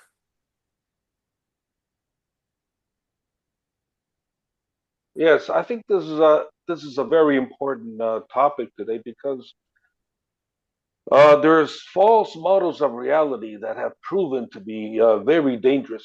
I believe that outside of science, people, especially like in politics, they've created these false models of reality. They have twisted, like say, scientific findings and made it dangerous for the entire world or certain people, and also our subjective experiences. When we create reality out of subjective experience, they can be very dangerous too. Well, I'll just list just a few examples of how it can be dangerous. These false, for example, science discovered evolution through Charles Darwin, right? There's a lot of evidence in different fields that it's true. But then there were this later a group of people in Germany in the 19th century. They misinterpreted these findings. They twisted it, and they created their own reality of how life on Earth actually is. That's social Darwinism. The Nazis did that, and they also developed another false reality in racial superiority, and that they were the masters, the Germans. And what were the results of this false model of reality? World War II, Auschwitz, Treblinka, the Holocaust, the murder of 10 million innocent people, Operation Barbarossa. And another false model of reality which originated in ancient times, but it's still held today by billions of people. It's this geocentric view of reality. For 1,500 years, human beings believed that the Earth was at the center of the universe and that the sun revolved around the Earth. Science has proven that wrong. And they also believe that cosmic evolution and biological evolution had humanity in mind, humanity was the end goal, right? So they believe that model contemplates that they are the lords of the universe. And regardless of the current scientific models that say that you can repeat the Big Bang 1 trillion times, repeat it one, and the chances of humanity emerging, coming into existence, is less than 1%. It's actually close to zero because of probability theory, random quantum fluctuations, and the chaotic nature of biological and chemical processes. Despite this evidence, there's billions of people that believe that they are the lords of the universe. And it also led to the speciesism, where human beings believe that moral consideration should not be given to the lower animals or to other creatures belonging to a different species. It's similar to racism and, racism, yeah. And because of these beliefs, and it's still strong today, we have entered the 6th extinction. We are now in the 6th mass extinction. We are destroying the biosphere because we believe we are the kings of the universe. We are destroying the ecosystems upon which we rely for survival, and also the lower animals rely on survival. I shouldn't call them lower animals, by the way. That's a mistake. And we currently have 12,000 nuclear weapons now, but it's not too late. If we change our mindset, if we discard these false models of reality, humanity will be saved. We'll be much better off, I believe. And another example, I encountered many people today. This is the final example, although there's more. There's people today that believe that the findings made by science, like in archaeology, that prove that evolution is true, many of them believe that Satan planted that evidence to fool us. So they believe that Satan is part of our reality. So that's dangerous. It could be dangerous. And 36% of Americans believe that eternal hell is real. They believe that non-repentant sinners and non-believers will be punished for an infinite amount of time in eternal hell. Not only do they believe this, they also believe it's justified, right? And in the Middle East, the percentage is even higher. It's close to 90%. So the human mind is capable of concocting a place of eternal punishment for their fellow human beings. I can go on. There's a lot of examples, but I want to give other people time to speak. Thank you very much, Claudio. Thank you. Yeah. Frank, very patient. Where are you? Yeah, thank you. Can you hear me? Yes, yes. Okay, good. Great conversation today, as always. So thank you. Yeah, so many ideas. I'm not going to attribute them to the right person, so I'm sorry about that. But the notion of emergent versus fundamental. You kind of have to figure out, what came first, because knowledge there before there was an observer or a knower to know the knowledge. I don't think that that's the case. If there, I mean, just a simple thought experiment. If there was knowledge before there was a knower, who cares? There's no point to it, right? So it seems like it's unlikely that there's knowledge before there's a knower. No, you're right. I'm sorry. Sorry, Frank. No, you're right. I did mention last time instead of observer, the word, it should be a knower, Yeah. K-N. No, I remember That's, that. That was a useful distinction because I yes. had also been thinking about observer, and then you get into that discussion about, Einstein talking about, well, nobody can convince me that if I don't look at the moon, it's not there, So you corrected that, false understanding that it's not observer, it's knower. I appreciate that, I've used that, but that still comes back to, which is fundamental and which is emergent. And I think that the knower has to come first before you know something. There isn't, but so then what do you know? The small r reality, I think there's, what I'm hearing everybody say is that everybody has a good view of the small r reality, and most people seem to be aware that the small r reality is from their own perspective. There's a subjective element to it, and that's fine, and that the more that we kind of communicate and talk about it is this and it's not that, the more that we kind of form a common ground about what it is that we're approximating. I'm not going to call it that I'm not going to say we're trying to approximate the big R reality. I think that there are things that exist. If I have a small r understanding of something, that's an approximation of something. It's an approximation of something. You may have a different approximation of it, and together we're going to refine that, and we're going to be able to come up with a better definition of a certain, R prime reality. We can never really understand the total big R reality, but we can approximate certain pieces of reality in a better and better way to be more and more functional and have more and more utility. Uh, so that's part of what's interesting to me. We all kind of converging on some kind of a small R version of reality. Uh, Part of that, has to do with definitions and understanding. One of the things I did want to disagree with about Claudio, I remember recency is really useful for me, right? What happened just recently.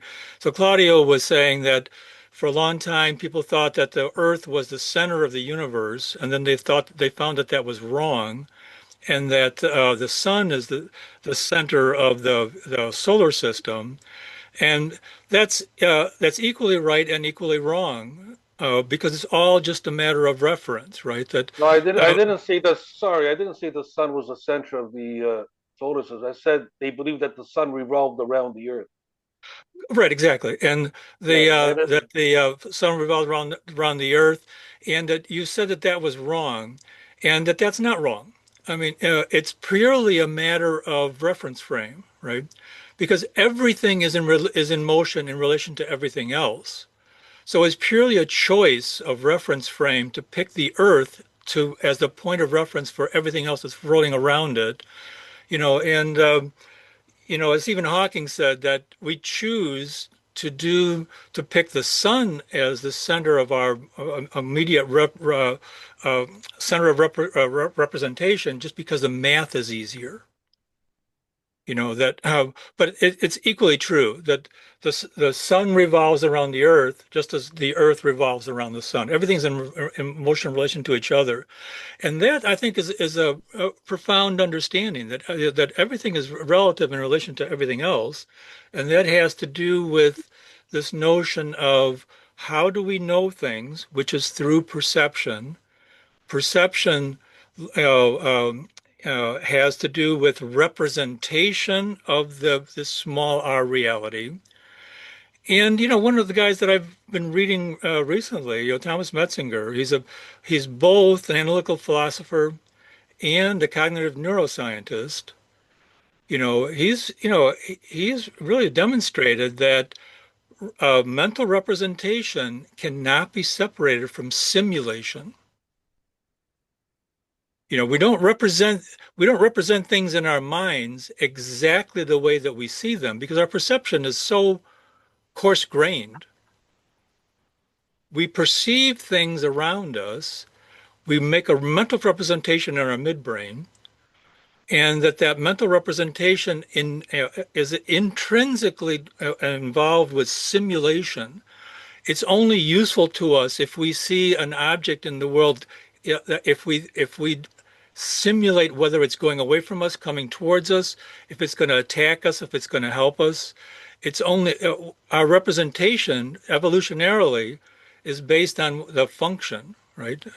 Not on determining whether the real our reality is.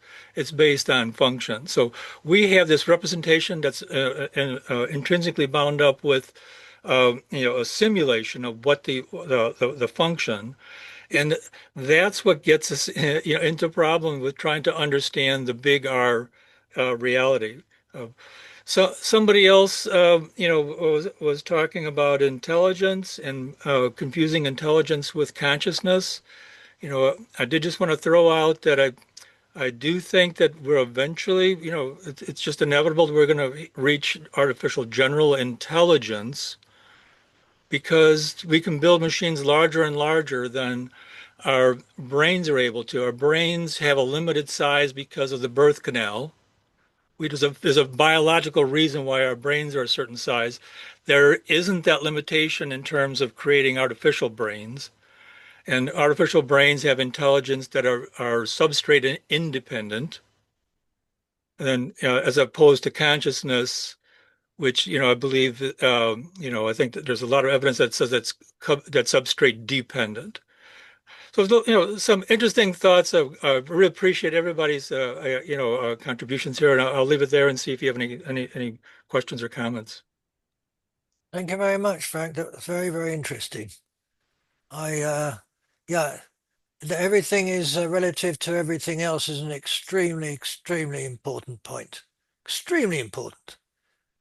But even more than that. So now, thank you very much. Thank you. Roland, do you mind if where's he gone?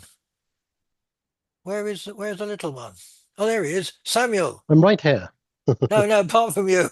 Another little one. Right. Samuel, Okay. where are you? Ah, there you are. Samuel, do you want to? Yeah. He might have to go to Yeah. bed soon. Yeah. You want to Yeah. have a go now? Yeah. I just Hang on, Samuel. Is that okay, Roland? Yes. Sorry. Off you go, Samuel. Now he disappeared. Now that's reality for you.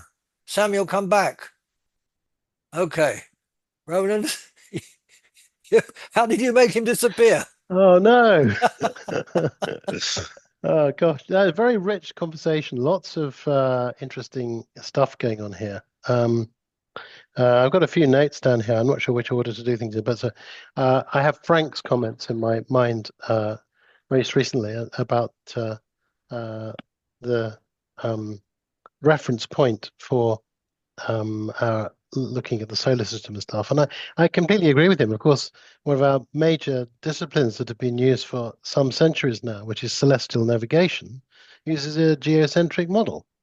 And so it's very, very useful indeed. I've used it myself in sailing. So if you look at all the tables and so forth used in celestial navigation, everything is based upon the center of the Earth. And so there we are, handy thing. And in practice, most people talk about the sun setting and rising. It's quite a weird thing to talk about the days in any other way, actually, because it's so obvious that the things move across the sky. But there we are. Science has a different viewpoint. But as Kerry mentioned earlier, he's gone, I think, isn't he? There are these different models we have from different perspectives, which I very much like the idea of. In fact, I wanted to piggyback on what he says about correlation, which was, I think, it's a very useful idea that somehow or other we are creating correlation between our expectations, our ideas, our models of the world, and this thing that we call the world. But if we kind of zoom in to that point of correlation, where do we actually get the correlation? When is it that we can create this correlation? And the answer is there's only one point that we can do that, and that is what we might loosely call now. There's this moving finger, as it were, that is the source of our experience. And everything we can say about it and what it might be like and what it has been like is derived from that point that continually moves along, and which we translate into models, ideas, patterns that we then use to, you could say, navigate through life. So I think one of the key points here is this: what is going on at this point where we are using to draw experience and turn it into some sort of pattern, and then behave according to those patterns, which ties in with what Debbie was talking about around behavior. Because I think behavior and expectations are fundamentally linked. They're like locked together. How we expect what we expect in the future is very much connected with what we can do about it, how we can behave. So that was one point I wanted to make. I don't want to go into more details about that, but it was more like bringing the microscope on that particular point, which is the key moment at which we can extract information. One thing I would add on to that, though, is that it's very easy for us then to take the generalized model that we pull out of that and project it back onto that point of time and say, this is what we are looking at. We are looking at this world. But every time we do that, we're just, again, using our own models. So we're continually trying to get back to this reality with a big R, but all we can do is use the small r. We don't have any way of getting to it because our window onto it is this, unfortunately, small point now. So that was the first thing I wanted to say. The second thing I wanted to say was that even if we could look through that window of now and see everything, we've got a problem because everything we get, all the interaction we get from at that moment in time, which I've just called now, is interaction. It's interaction. In other words, it is indelibly linked to our own state, our own capabilities. A bit like, I think I've used this example before. You have a violin and a bow. You look at the bow and you look at the violin and say, well, what does the bow sound like? Well, it doesn't sound like anything. What does the violin sound like? It doesn't sound like anything. But you use the bow on the violin and suddenly you get a sound. So what can you say about that sound? Is that the sound of the bow or is that the sound of the violin? Well, it's the sound of the combination. But you can see that the sound that is produced by the combination is nothing like the bow or the violin. It is the combination. And this, as I see it, is what we're getting all the time if we are being subjected to experiences of change. We don't actually have any way of separating ourselves from the apparent influences that are causing that change. So that's another major sticking point in constructing what you might call a world out there, a reality with a capital R. However, I can certainly see there being a great value in collaborating with others to create shared models. That makes perfect sense, which, as I see, is what science is all about, really, constructing shared models. And I think probably most systems of human interaction which have this quality of sharedness about are pretty much about that. Even religions are about creating some kind of shared structure, which could well simply be a matter of social interaction, how societies function well together as groups, and so forth. But I can't see any reason why it wouldn't be possible for any group of people to get together and create their own set of realities in relation to the specific task they're doing. So in that sense, the issue of perspective is absolutely key to the whole thing. So, yeah, I didn't really have anything else to say apart from, I just wanted to comment on the Adam and Eve thing. This is something I've thought about quite a lot before as well, which I wondered whether there must be some part of storytelling in human history that will have tried to conceptualize the moment when humans evolved the capability of knowing. Because knowing is a behavior. It's not like something magical. It's a behavior like jumping or eating, whatever. But at some point, it could be reasonable to say that we evolved the capability of knowing.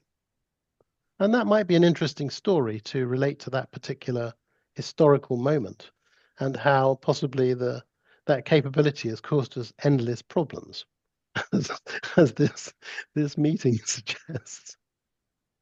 Anyway, I'll stop there. Thank you very much. Thank you. Thank you very much, Roland. Anton. Hi there. Oh, it's good to be back.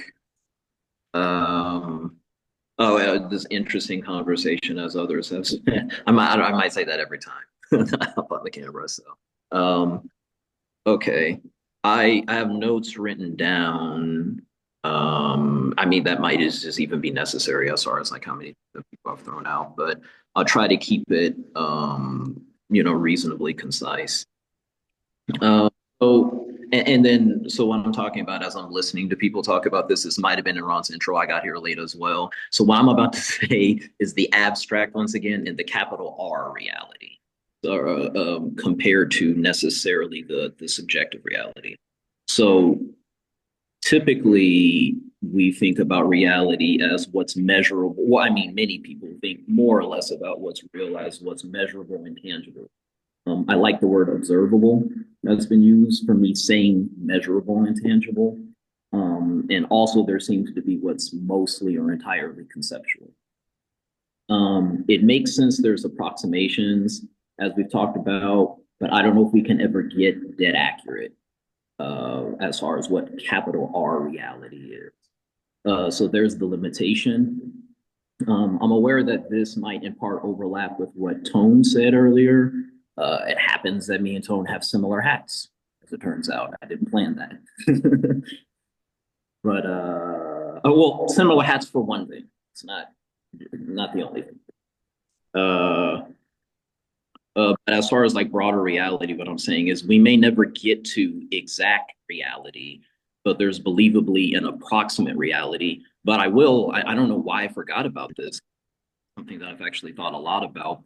To Richard's point, there might have been more than one person who said this. I can also believe that there are multiple realities. And as mind-bending as it is, maybe even infinite. So that does make sense to me. And I think that as long as we think about things in terms of what's measurable and what's tangible, then it leaves out things like, for example, and I've mentioned intuition before, intuition is, or the subconscious, is intuition and the subconscious the same thing? Are they connected, not the same? I don't know. But I don't think that everything necessarily, even with scientific advancement or technological advancement, could be understood strictly through a measurable or tangible way of understanding, or both. So those are some thoughts that I have. I think that was tried to make that concise. Thank you very much, Anton. Thank you. Josh.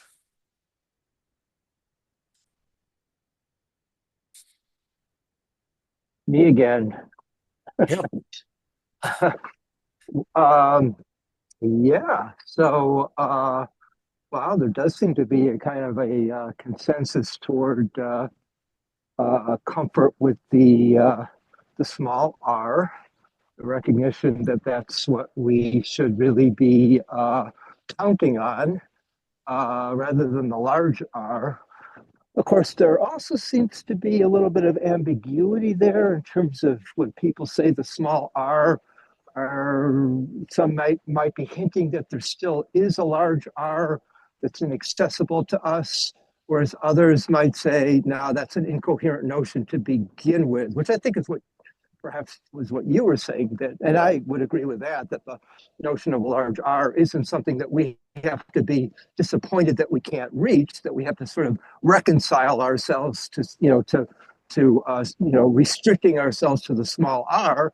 Rather, I would say that the dream or the hope or the longing for a large R is an incoherent goal. But within the territory of the small R, I would, raise a couple of issues or questions. If we were to sort of contrast the goals that we can reasonably expect to achieve within the small r versus the dream of the large R, the big R. So for one thing, when I think of the big R, I think of sort of immobile, static truths. The notion that the truth that one has nailed down is self-identical over time. It doesn't move, it doesn't change, it's reliable. It's this big fat anchor, which is never going to disappear. It is going to always be exactly as we think it is. And so that way, we know that it gives us a certain kind of absolute control. If our aim is to be able to count on it, to anticipate events in relation to this big, fat, immobile anchor, then that would seem to be wonderful from the point of view of being able to make our way around in a world which, in other respects, seems to be changing chaotically. But is that really what we need?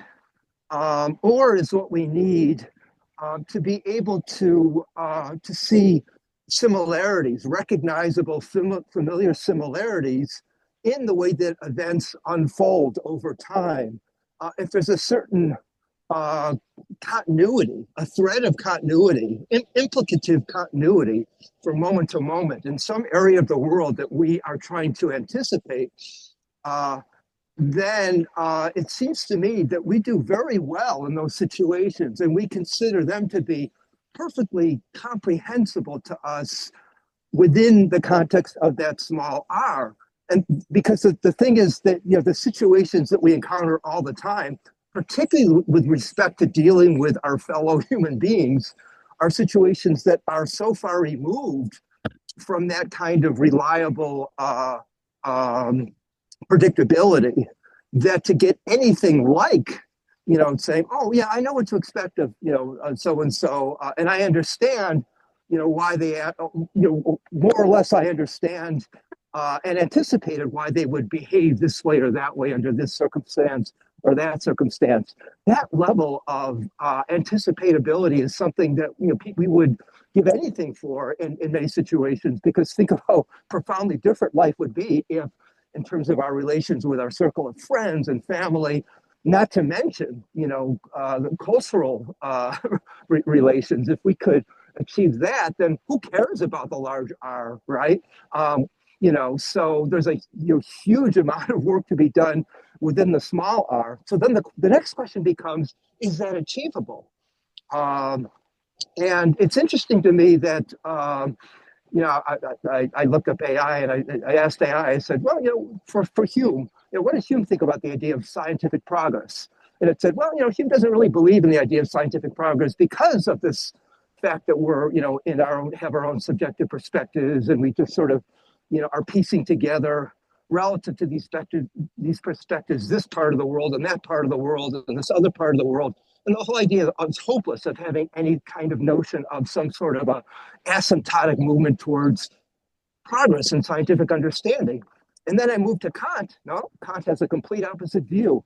And every major philosopher since Kant that I follow, as well as philosophers of science like Karl Popper and Thomas Kuhn, and one way or the other, all endorse the idea of the notion of the possibility of a progress in science. And I asked myself, well, what change took place there since Kant? And I think it's precisely what people have been pointing out here concerning the fact that subjectivity isn't a dirty word. subjectivity doesn't just mean that we're all, encased in our own bubbles. Like I'm a dog, you're a cat, they're a fish, and each of us have our own, micro worlds. Well, a dog, yes, a species of dog and their communities, yes, I agree. It's a useful way to understand how they navigate the world in terms of their own bubble. The world looks a certain way to them. They perceive it a certain way. Their goals are different. In all those respects, it really is a different world that they inhabit. But each of us as individuals don't inhabit profoundly different worlds. Why?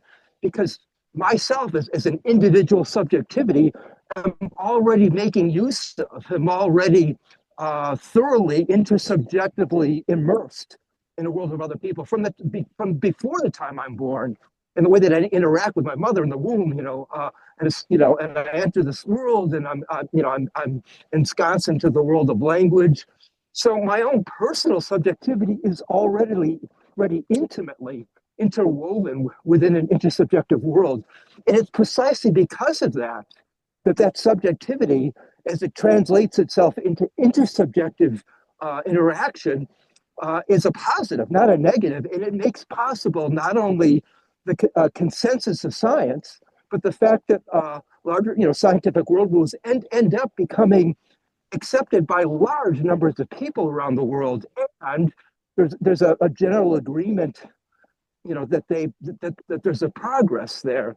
So so all of this takes place within this notion of the small r, that we are participating through our interactions with each other in the constructing of this small r. And so, yes, that takes away the possibility of that dream of the large r. But what it gives us is still the possibility of rich consensuses that even when we hate each other, there's more in a basic sense that we agree on than what we disagree on, in terms of the fact that each of us are human beings, flesh and blood, that we're speaking a language, that perhaps we're speaking the same language, So it's within those large, agreements that we have areas of disagreement. So, yeah, it seems to me, from my advantage, you don't even need to have the dream of the large R. It's within the small r that if we recognize that through our role in inquiry and asking audacious questions, that there is not only for each individual, the idea that large segments of our interaction in the world can be understood in ways that are more that make the world make richer sense to us, and that they're interconnected. Yeah. Thank you very much. Thank you very, very much. Very interesting indeed. Thank you. So, yeah, Morris, very patient. Very. I guess a few comments, just a few things that I want to say. First of all, my reality includes this meeting on the first Sunday of every month for the last 6 years. And it's really a wonderful thing to meet up with all sorts of interesting people all over the world.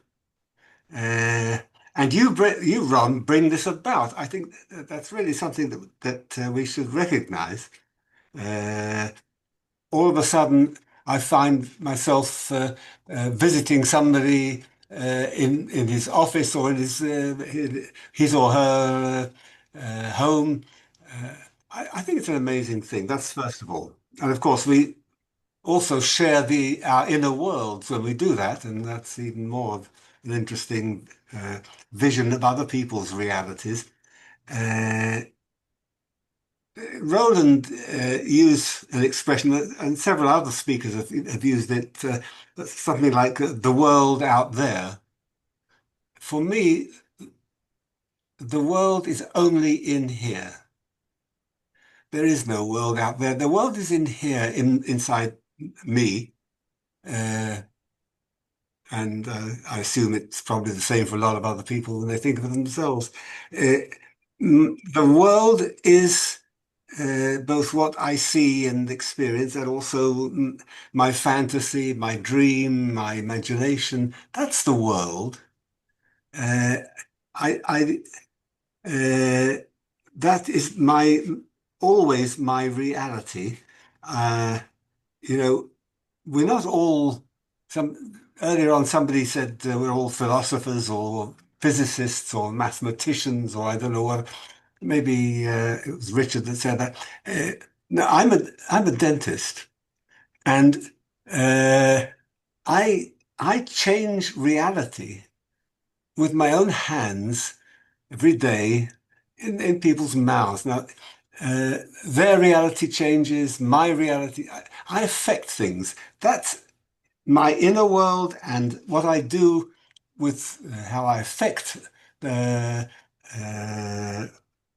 the people around me, that is always my reality. But I live amongst people, not all of them like this, but I do live amongst a lot of people for whom reality does have a capital R and truth has a capital T.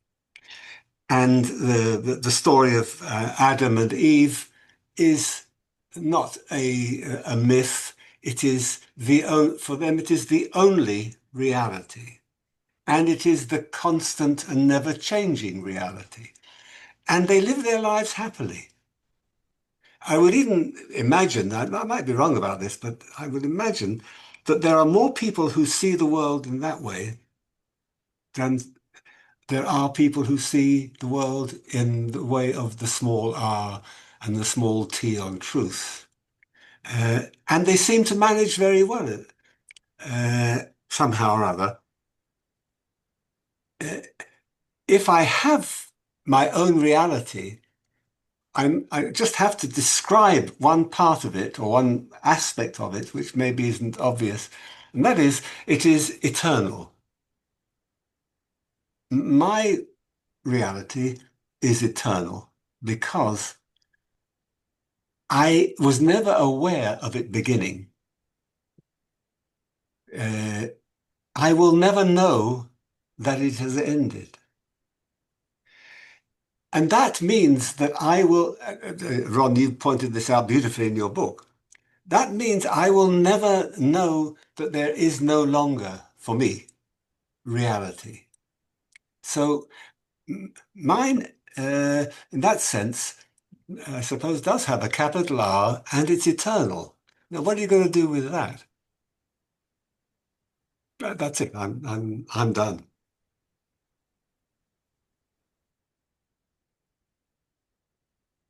You have the reaction, Morris. You have the reaction. Well done. You're not done yet, Morris. I would cry, but I'm on camera. I wish that was a joke. Thank you very much. Okay. That's a hard one to follow. Olga, have you seen the Netflix series Stranger Things? Because No. you've got one in your room behind you.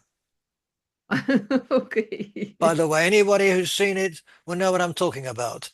It looks extremely dangerous, and it looks like it's going to move. You're talking about the tree? Yes. Okay, yes, it's the big tree.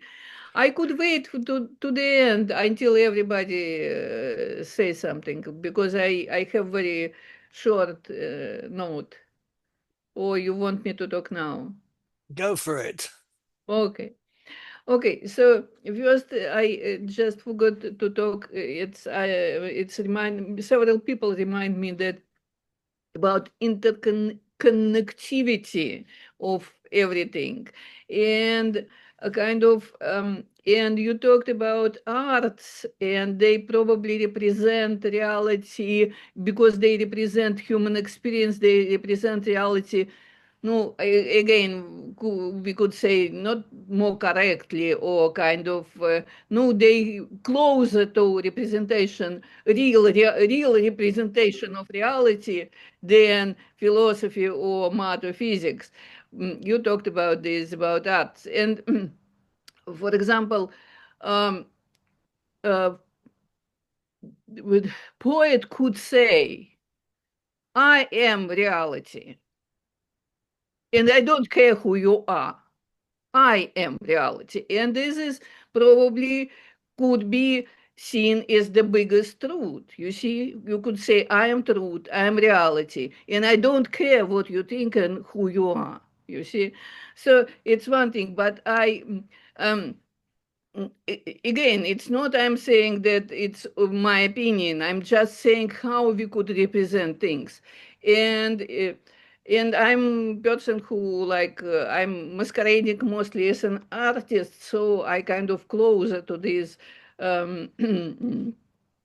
to this field of arts and poetry, and I'm among poets and artists all the time. So that what I wanted to say just recently, one poet from, I don't know where he lives in United States, but he's kind of crazy person who posts all the time on Facebook, on social media, something. And he recently posted his note. His name is Mikal and you could find him, for example, on Facebook.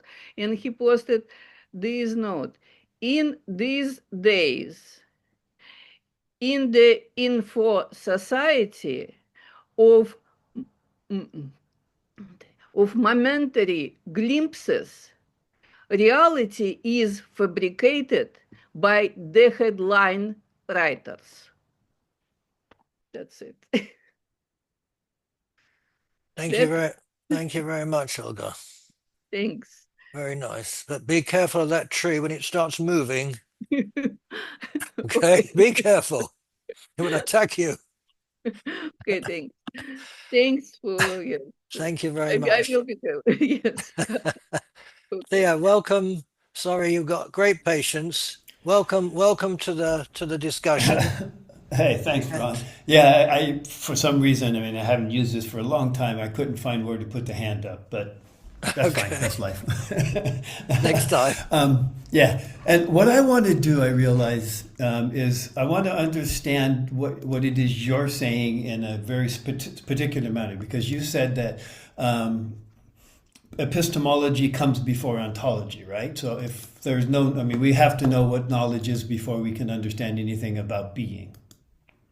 About reality, right? Yes. Okay.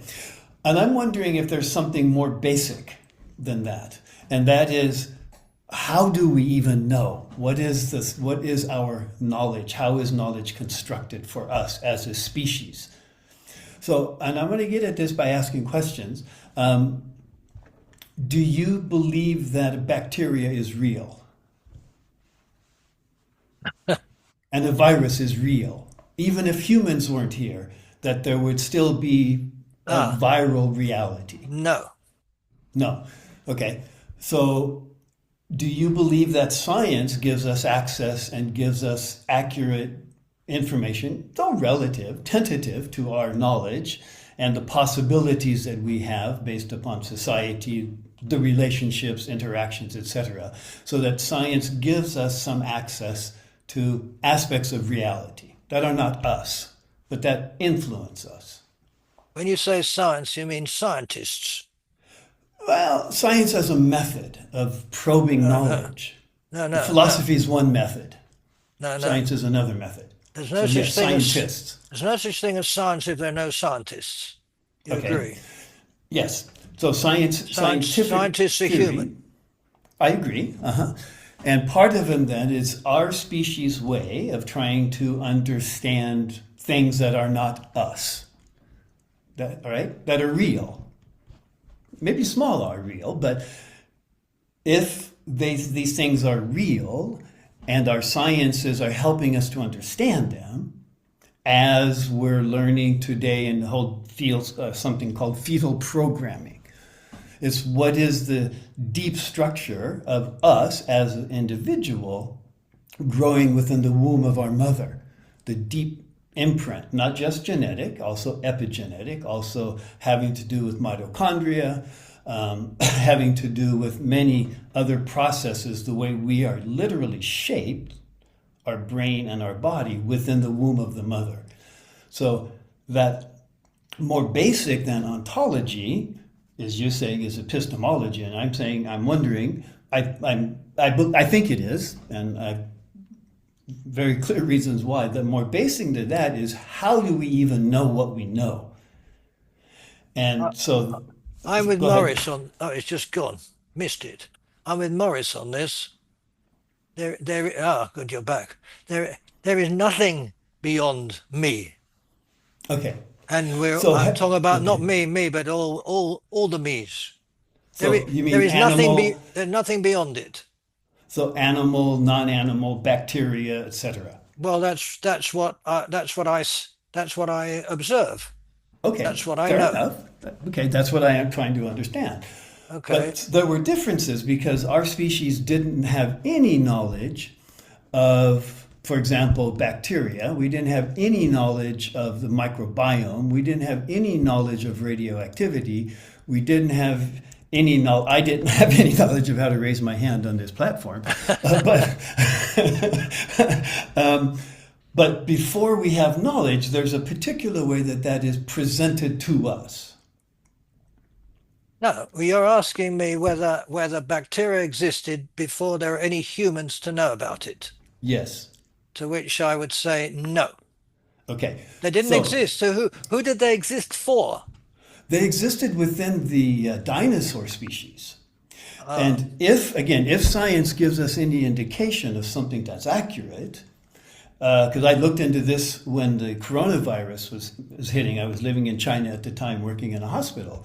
And it's like, oh, okay, how has this virus come about? Well, okay, it could have been created in a lab, could have been created by other circumstances, but the DNA shows that there are viral impacts throughout multiple species, throughout millions of years of evolution, without a human being around.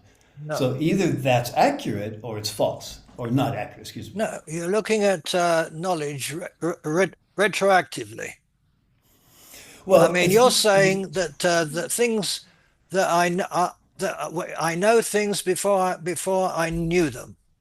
No, I'm saying that the reality exists before it becomes actual for us. But it's not reality. Who's it reality for?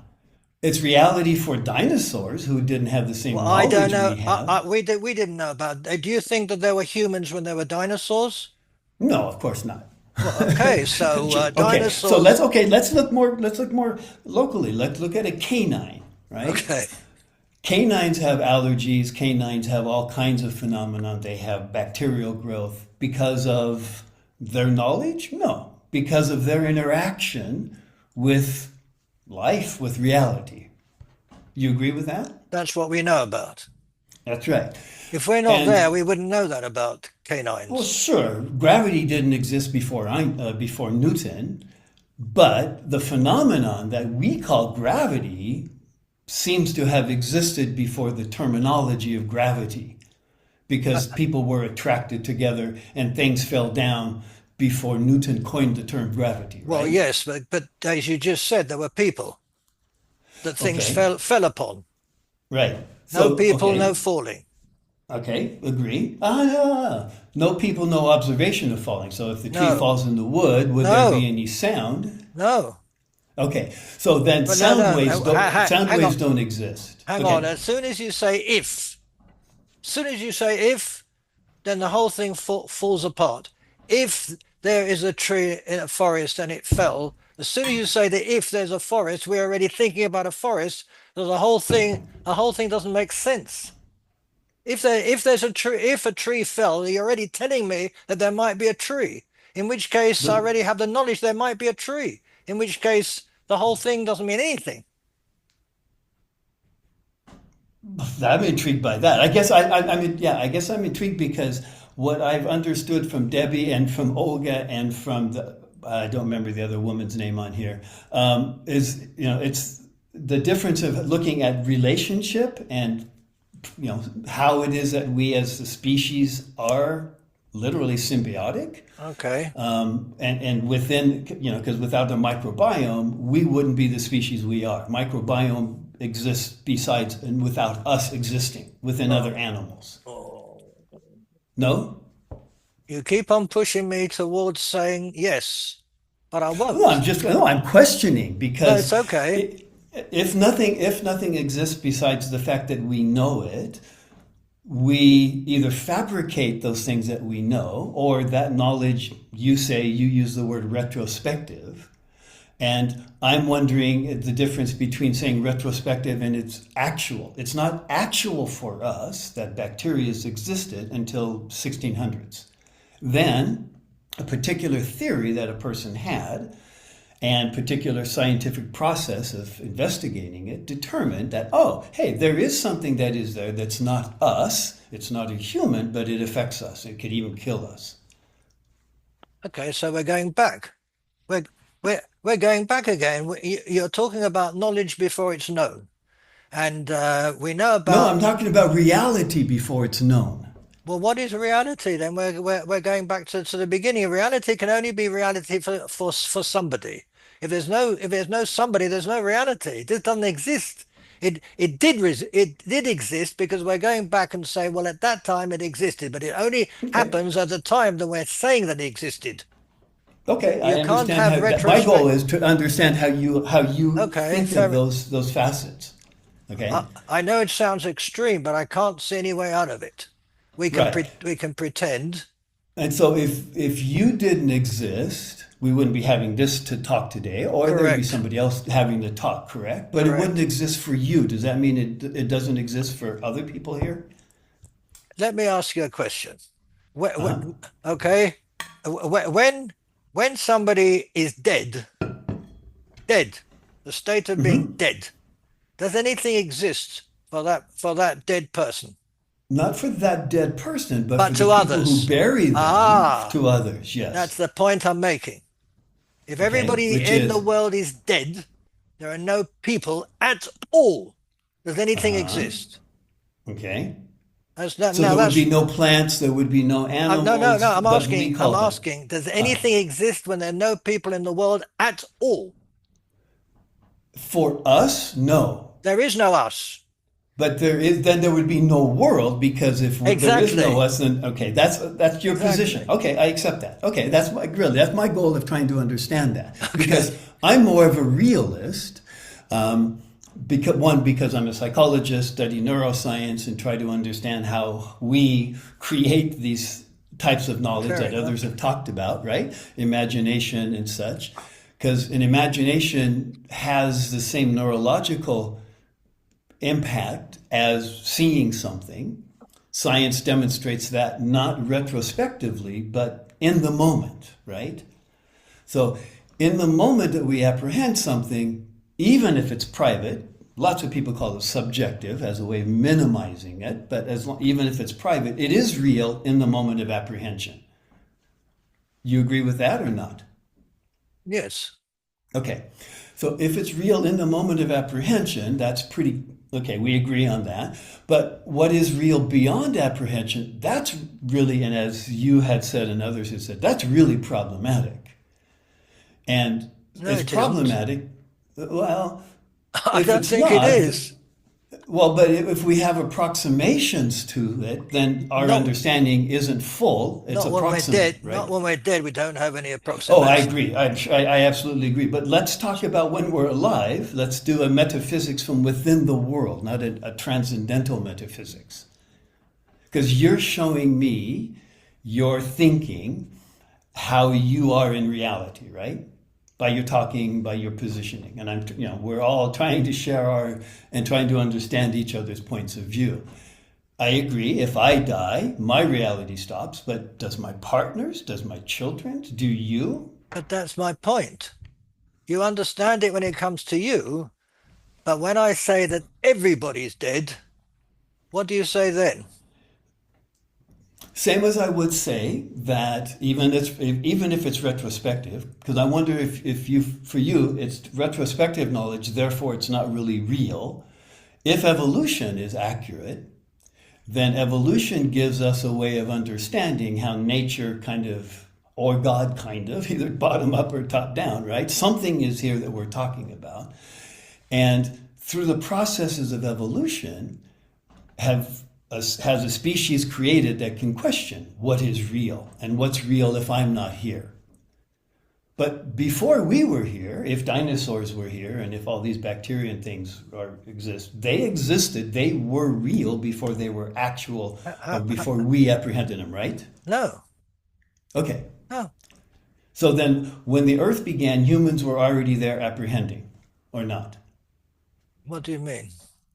Well, for you, what I'm understanding is there has to be, in order for there to be knowledge, there has to be a knower, which I agree. But does a knower know something, or do they create that something which they know?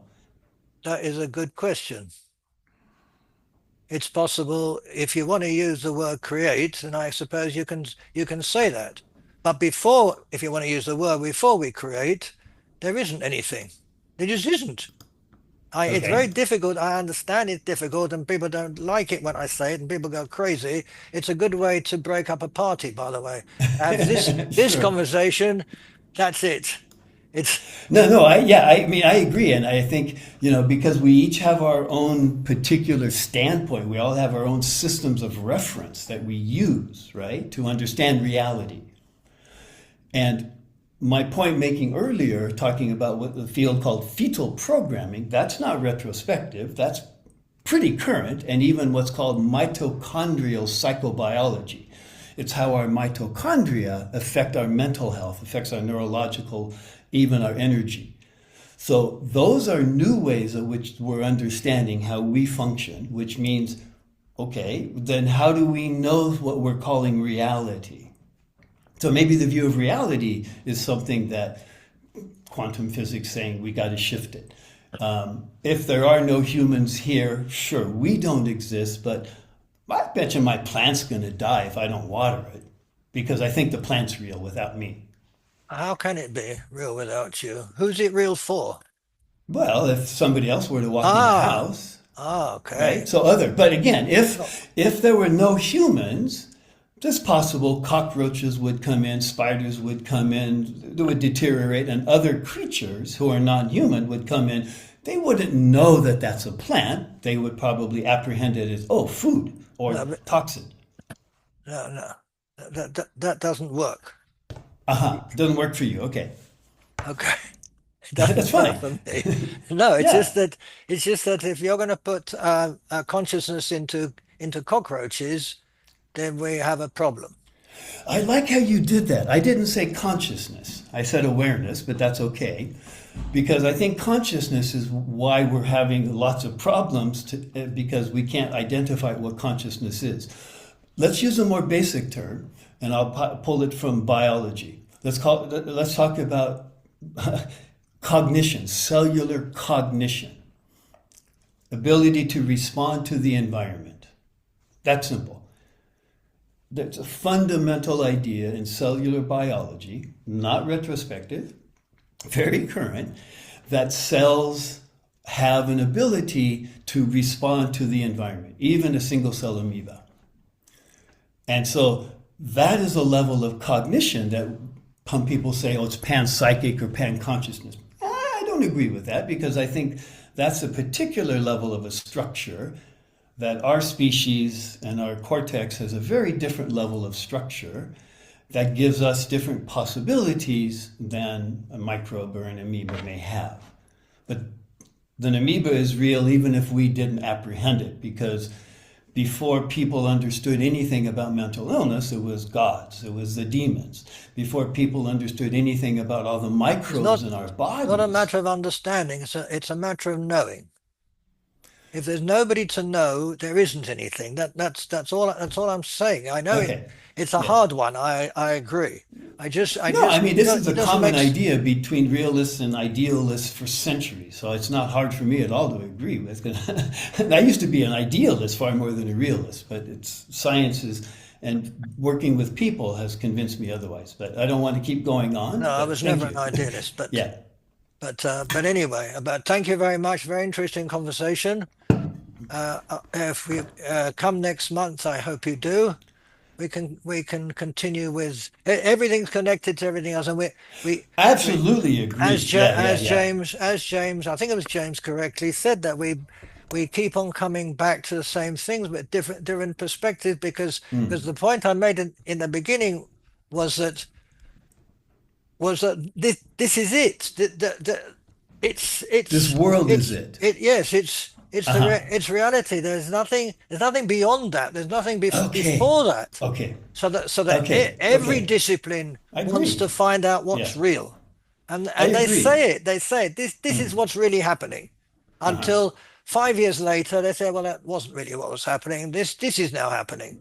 But it's, so it's approximation, right? Of the questions we can ask. Everything's approximation, and some of it is wrong. Yeah. Say that last. It's a lot wrong. A lot of science was misguided, a lot, and everybody said, absolutely, and everybody said, this is it. Yeah. We've got it. Yeah. Newton, I agree. That's where we can be humble. Newton did very well until they found out that there's more. He wasn't But wrong. you have to agree, or do you agree that atoms are real? And we have knowledge of atoms now and gives us a technology. Yes, of course I think they're real because I think they're real. Because I'm here to say it. Okay. And those affect us, but humans existed before we had the knowledge of the atomic structure of reality, right? When humans didn't exist, there wasn't anything. If we know that atoms exist, then that's fine. Before we knew anything about atoms, and that was a long time when nobody knew about atoms.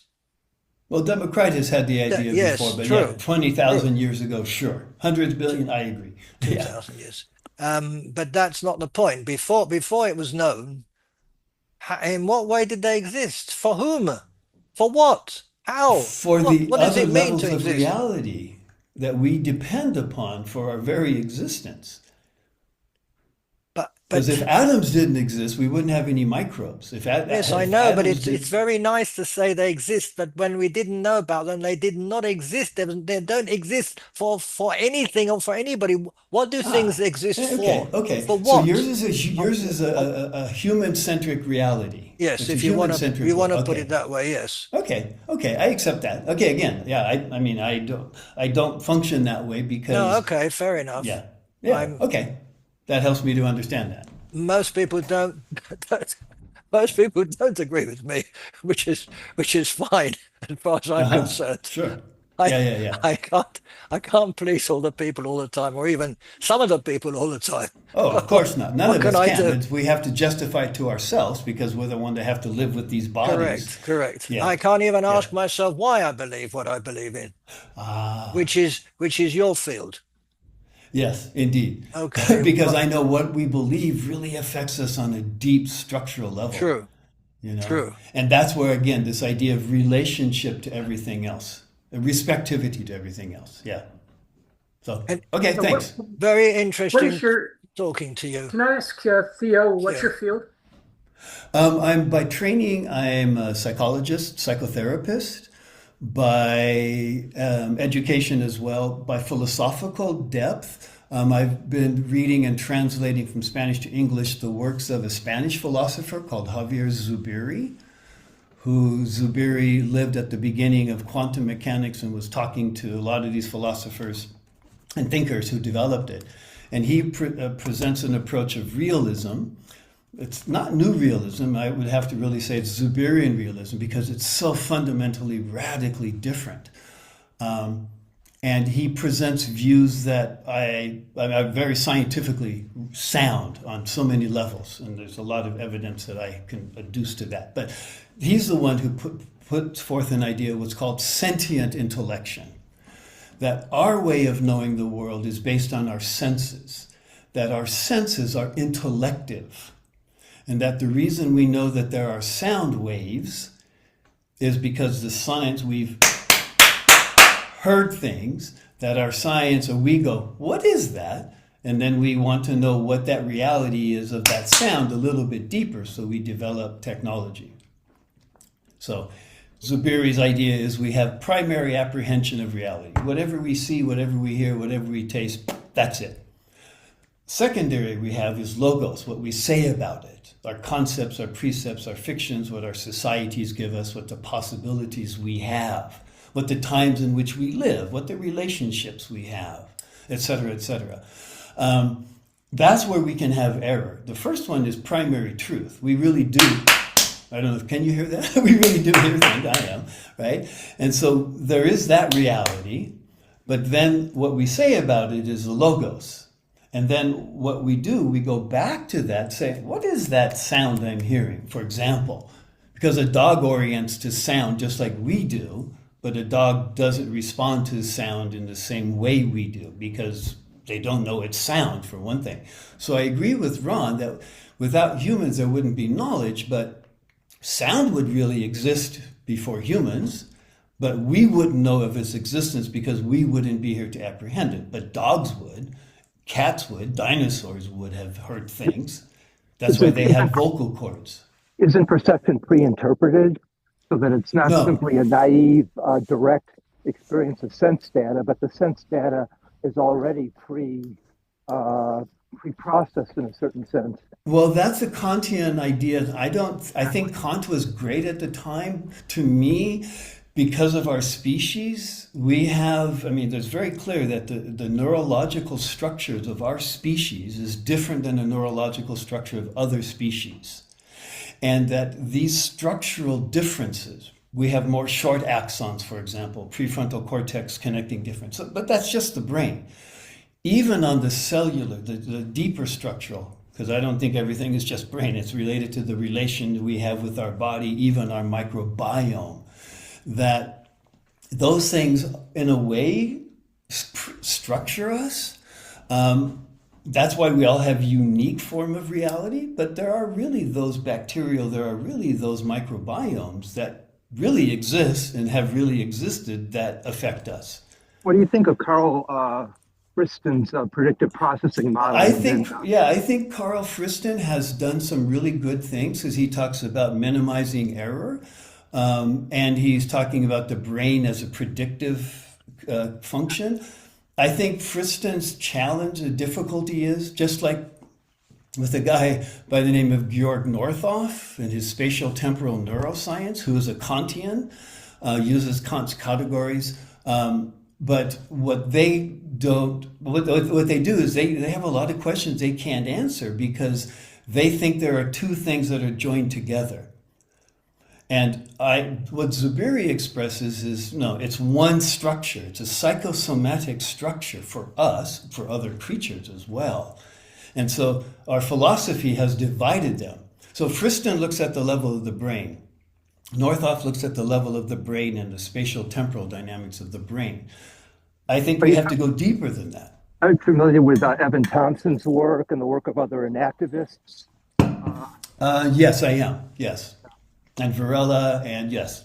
And again, these guys, there's an interaction. Okay, folks. So anyhow, yeah. Ron, I have a question. This is Jenny. Is it possible that we could see what young Samuel has to say to us? Yes, that's exactly what I want to do. I'm pleased he came back because I sent him a note and said he just disappeared when he was about to talk. Thanks. Thank you very much, Theo. Samuel, well done that you're still awake. Wait, can't hear you. Hello. I'm sorry I disconnected earlier. My phone just ran out of power, so I've been able to get about it. But anyway, the point I want to make is about merely logical nihilism, and it's and about the ideas that reality doesn't involve objects in reality don't truly exist, rather it is our distinguishing between them and how we do. So I think there was this idea that reality merely just like sort of play that we can physically not say that that's a chair, that's a table, this is materialistic fact. but rather I would say that reality is. I would rather say that we don't influence reality. I would say that rather reality influences us. It's not that we make these ideas, not rather that we make a physical distinguishment, but rather things just really consider the idea of these. So when humans are given this, when humans are given reality, we have to make a distinction between, we have to distinguish one object from another. Rather than us trying to change reality, rather is what changes our ideas as we are forced to grapple with what we see. So I would say that reality isn't this thing that we simply the thing that we simply create objects, we create these things that just happen. So tables and chairs, these are objects in reality that just they're just innately exist. But rather, I think that there is nothing really distinguishing them other than the subjective observer. So I think that reality is definitely subjective. I think reality shapes us subjectively. We all have our own. We all view reality one way, and we all view reality in different ways. And I think that it's a subjective observer which distinguishes these ideas rather than objects. And then there's an idea I want to make about going back to how real things are and like ideas of like if something being more real than another. A philosopher that I definitely know, a philosopher definitely know. I had a big philosopher on that was René Descartes, who had his defeated reality. Then he had modes, finite objects, and the infinite objects. And I find a problem with the idea of things being more real than others. Like, what is this distinguishment that what are we distinguishing from one thing simply being more real than other?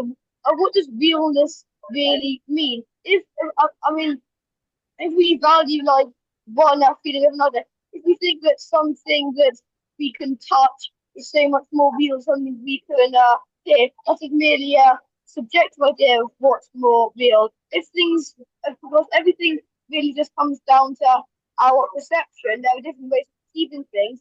At the end of the day, this is all just over the overarching umbrella of just perception. I'd just like to ask what's realness really means. What distinguishes something? What is it to make something more real than another? So if I was a bit quick on this, it was quite a lot to rejoin this, but yeah, there's some points I wanted to make. Thank you. Thank you very much, Samuel. You're at the airport, right? Yeah, for right now. Yeah. Right. May I ask how old you are, Samuel? 13. 13. My goodness. Yes. A 13-year-old philosopher. Yes, he's very, very, very in it. Very, very in it. Well done, Samuel.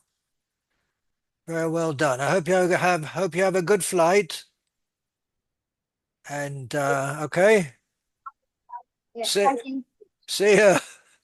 Bye. Okay. Okay. Thank you, Samuel. Very, very good. Okay, there are two of you. You got 5 minutes each. Can you manage that? Josh, can you manage 5 minutes? I will do my best. All right. Okay. Starting now. Okay. Okay. I'm gonna have fun with this. So I want did Theo disappear? Oh, here he is. Okay. So yeah, okay, on the subject of did the dinosaurs exist? Because we weren't there to experience them. So how do we know if they existed? Okay. So I want to make a distinction between saying we have a history, right? There was a world, or there was a past prior to my existence, prior to my now, prior to your now, prior to the appearance of human beings on this planet. There was a past, but that's different than saying, okay, we have atomic theory, and there were always atoms, even before humans were there to discover them. And the distinction is this. It amounts to what it is that we're doing when we construct a piece of knowledge about an aspect of the world? Is it a matter of us mirroring or representing something that has features that are external to us? In which case we can say, all right, when we get it, when we make that discovery, right, we're somehow touching upon, even if imperfectly, something which is intrinsic to that aspect of the world. And then we can say, yes, of course, this particular thing, this atom, this molecule, this amoeba, these entities that we articulate with these words existed before we were here. But what I would argue is because it's in the nature of knowledge, when we know something, we don't just passively observe it. We interact with it. Our questions about the world intervene in the world in particular ways. And the apparatuses we use to measure and to observe also intervene. And they also project the world to us in a particular way based on particular schemes of understanding that we have come up with. And so when you say the world, existed of atoms before humans were here, when you use the word atom, atom is a recipe for how human beings in a particular era, using particular apparatuses that are whose functioning is understood in a particular way, interact with that segment of the world. It's a dance. It's a particular kind of a dance between us and a segment of the world. So that particular dance that is implied by using the word atom or any particular jargon within science can't possibly have taken place before we were there to participate in that dance. Something was there. Yes, indeed, there was something before us. But to designate it as this particular fact that existed prior to our appearance is incoherent. Right. Let me ask you a question. Before you were born, yeah, did atoms exist for you? No. Right. No. Right. Yeah. Now let's say that nobody exists. Did atoms exist? There's nobody at all. Is there a phenomenon that we're calling an atom, or is an atom just a fiction? I don't know. All I'm asking is a simple question. You said that atoms were there before you were born, right? I'm saying what we call an atom. It doesn't matter. It's we who are calling. There are no we's. There aren't any. Were there atoms? No. We don't know anything. There is no knowledge. No atoms. Your 5 minutes are over. You can do this next time. You must be tired. You've been walking for 3 hours. That's not long enough. I'm just getting warmed up. Oh, God. So am I. Josh, you're great. Thank you very much. James, 5 minutes. Can you manage 5 minutes? You must be tired, Ron. I'm exhausted. 3 hours. I give you 5 minutes. Can you manage 5 minutes? Yeah, definitely in my 5 minutes. I just want to say that there are things that Josh can't put up with for some reason, or Josh can put up with certain things, and I can't. Perhaps that's what I sort of just discovered. You were very brave for answering Josh so boldly, but it didn't impress me. It's just like you seem to attach a cost to time. If something is in the past, then it's going to cost you knowledge.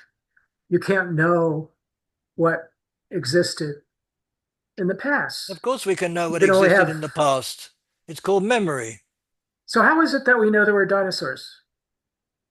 We don't. What do you mean? We didn't know before we knew. Yeah. There were no dinosaurs. There were no dinosaurs until we knew about them.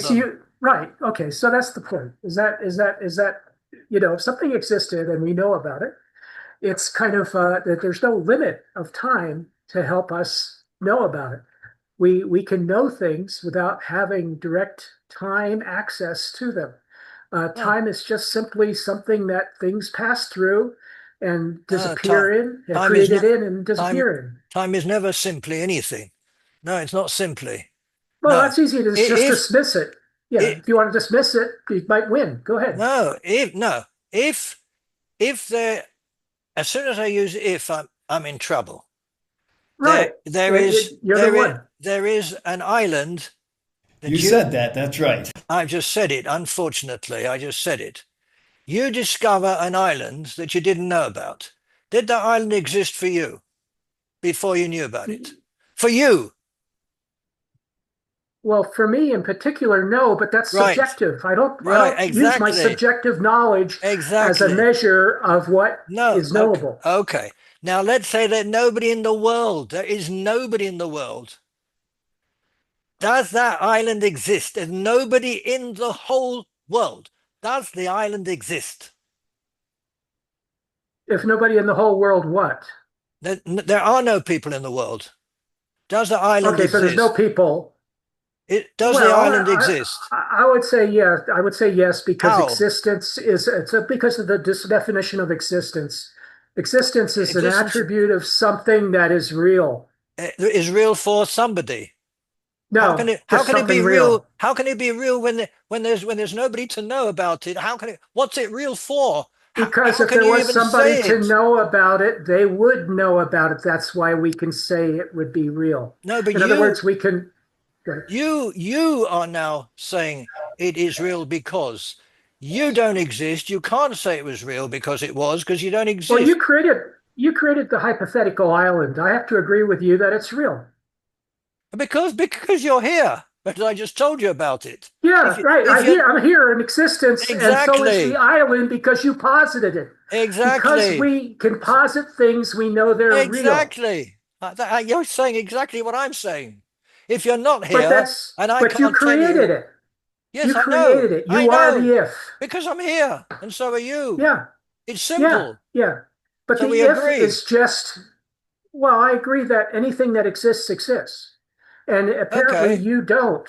No, because you just said that you say certain people might not know about it and it doesn't exist for them. For them. You say it might, other people never heard of it, so it doesn't exist for them. For them, exactly. Yeah, exactly. And it's kind of like an imposed circular argument. Of course, in order to impose your subjectivity on. I'm imposing subjectivity per se.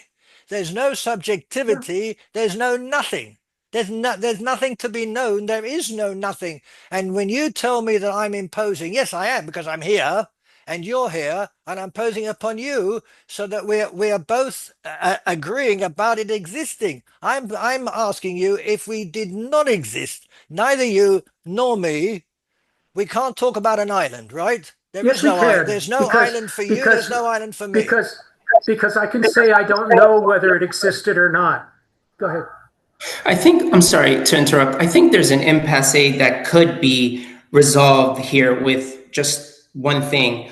Atoms, islands, whatever object you want to put, as we know them, don't have to exist for features of them to move forward in time and reproduce the whole thing in a future instance. So what I'm saying is that there might not be an island as we know it or an atom as we know it, but features there might exist for when a person comes along, they're able to reproduce the atom or the island. So even though maybe there's no one to experience an atom, so it doesn't exist. Yes, it doesn't exist, but there's an object there, a source, a code, something there that when a human comes about, they're able to interpret it. So you're saying exactly what I said, basically. When somebody comes along, they will find something that existed, which means it now exists. It did not exist before you come along and go for it. This is not difficult.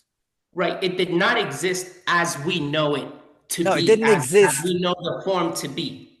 We didn't know it. Correct. Once we know it, it exists. That's what I keep on saying. But but there's a difference because it exists as the recognizable form that we Exactly. all Recognizable recognizable, correct. It doesn't exist as island. It doesn't exist as atom. It exists as a potentiality for an atom. Potentiality for whom? For what? There's nothing there for it to be potential for. If a human is to come about, the potential is there. Exactly. If once the human comes about, the potential has become about. Okay, that's what I keep on saying. You've got to have the human for it to exist. That's all I'm saying. I'm not saying anything magical. You're agreeing with me. Yes, but I'm disagreeing about calling it an island or an I don't atom. care what you call it. I'm not bothered. You can call it any language you want. Primordial atom or primordial island. Because What is it's primordial? still not What's primordial? Pre to what? to human being. Exactly. To human beings exactly. coming to connection or correct to experience with it. Yep, that's what I've been saying. You haven't been saying primordial atom or primordial island. I don't You've know. been saying an island, which kind of creates the confusion, I think. No, so, there's no confusion here. You've just used another word.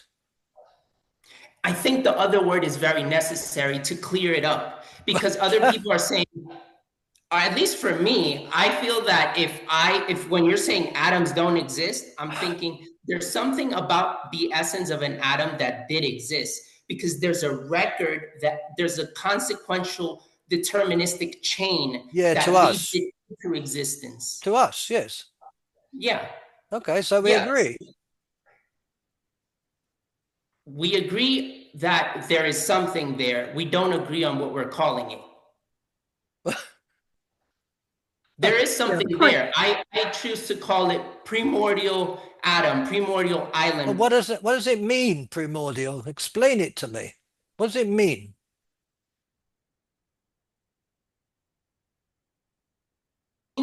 It means that there is some that if there is no human to decode the features of that code go without being used. But once a human comes along, he has the decoder for those features, and then island is born, atom is born. Exactly. All these things that's exactly what I've been saying. But nothing else. I haven't said anything else apart from that. I know. It sounds. I know. I have these arguments many times. Many times. I'm a good party collapser. I just go into this and people walk out. I just start a chess game. I try to start a chess game with somebody that I know likes to talk, and eventually everybody will leave. Yeah, something like that. No men, no women. Yeah. Exactly. Ron, may I ask you, where are you coming in from? Israel. Oh, Israel. So what time is it in Israel right now? Late. Oh, my goodness. 11:15. Oh, my goodness. So thank you for having this meeting. No, thank you for the interesting chat that's keeping me awake. It was a very interesting talk. Thank you very much. Thank you, Ivan. Thank you, James. I'm sorry. I know you think I'm being really awkward, but it's okay. Well, it's just it's really what you think can happen because of time. We don't have these big limitations. Yeah, we excuse you because it's so late. Exactly. And we also have different verbs. We use different verbs when things happened in the past. We don't talk about them in present tense. So it's just a rhetorical ruse you use to defend your subjectivity for all. I won't go into that, what you just said, but okay. Ron, how do you call the theory you are standing on? Does it have a specific name? I have a word for it. Junk. It's generic subjectivity. No, it's no, there is something that somebody mentioned to me once, but I don't remember. Actually, it's very late. My brain is going. Anyway, it was an extremely interesting discussion, especially the last bit. But But anyway, I'll see you next month, everybody. I just want to remind you that you can see this whole thing on a video, and I think you all know it. Anyway, you can see it on the invitation on the left in small. You can see the site that you can see the video. It's just put it on this time for the first time. But anybody wants to talk to me, discuss anything with me, I'm always open to any discussion as long as you believe that you're actually there. Okay. So I'll see you all next time, everybody. Thank you very much for coming. Bye. All the very best to you. Bye, everybody. Thank you. Thank you, Bye. Ron. Thank Bye. you. Bye.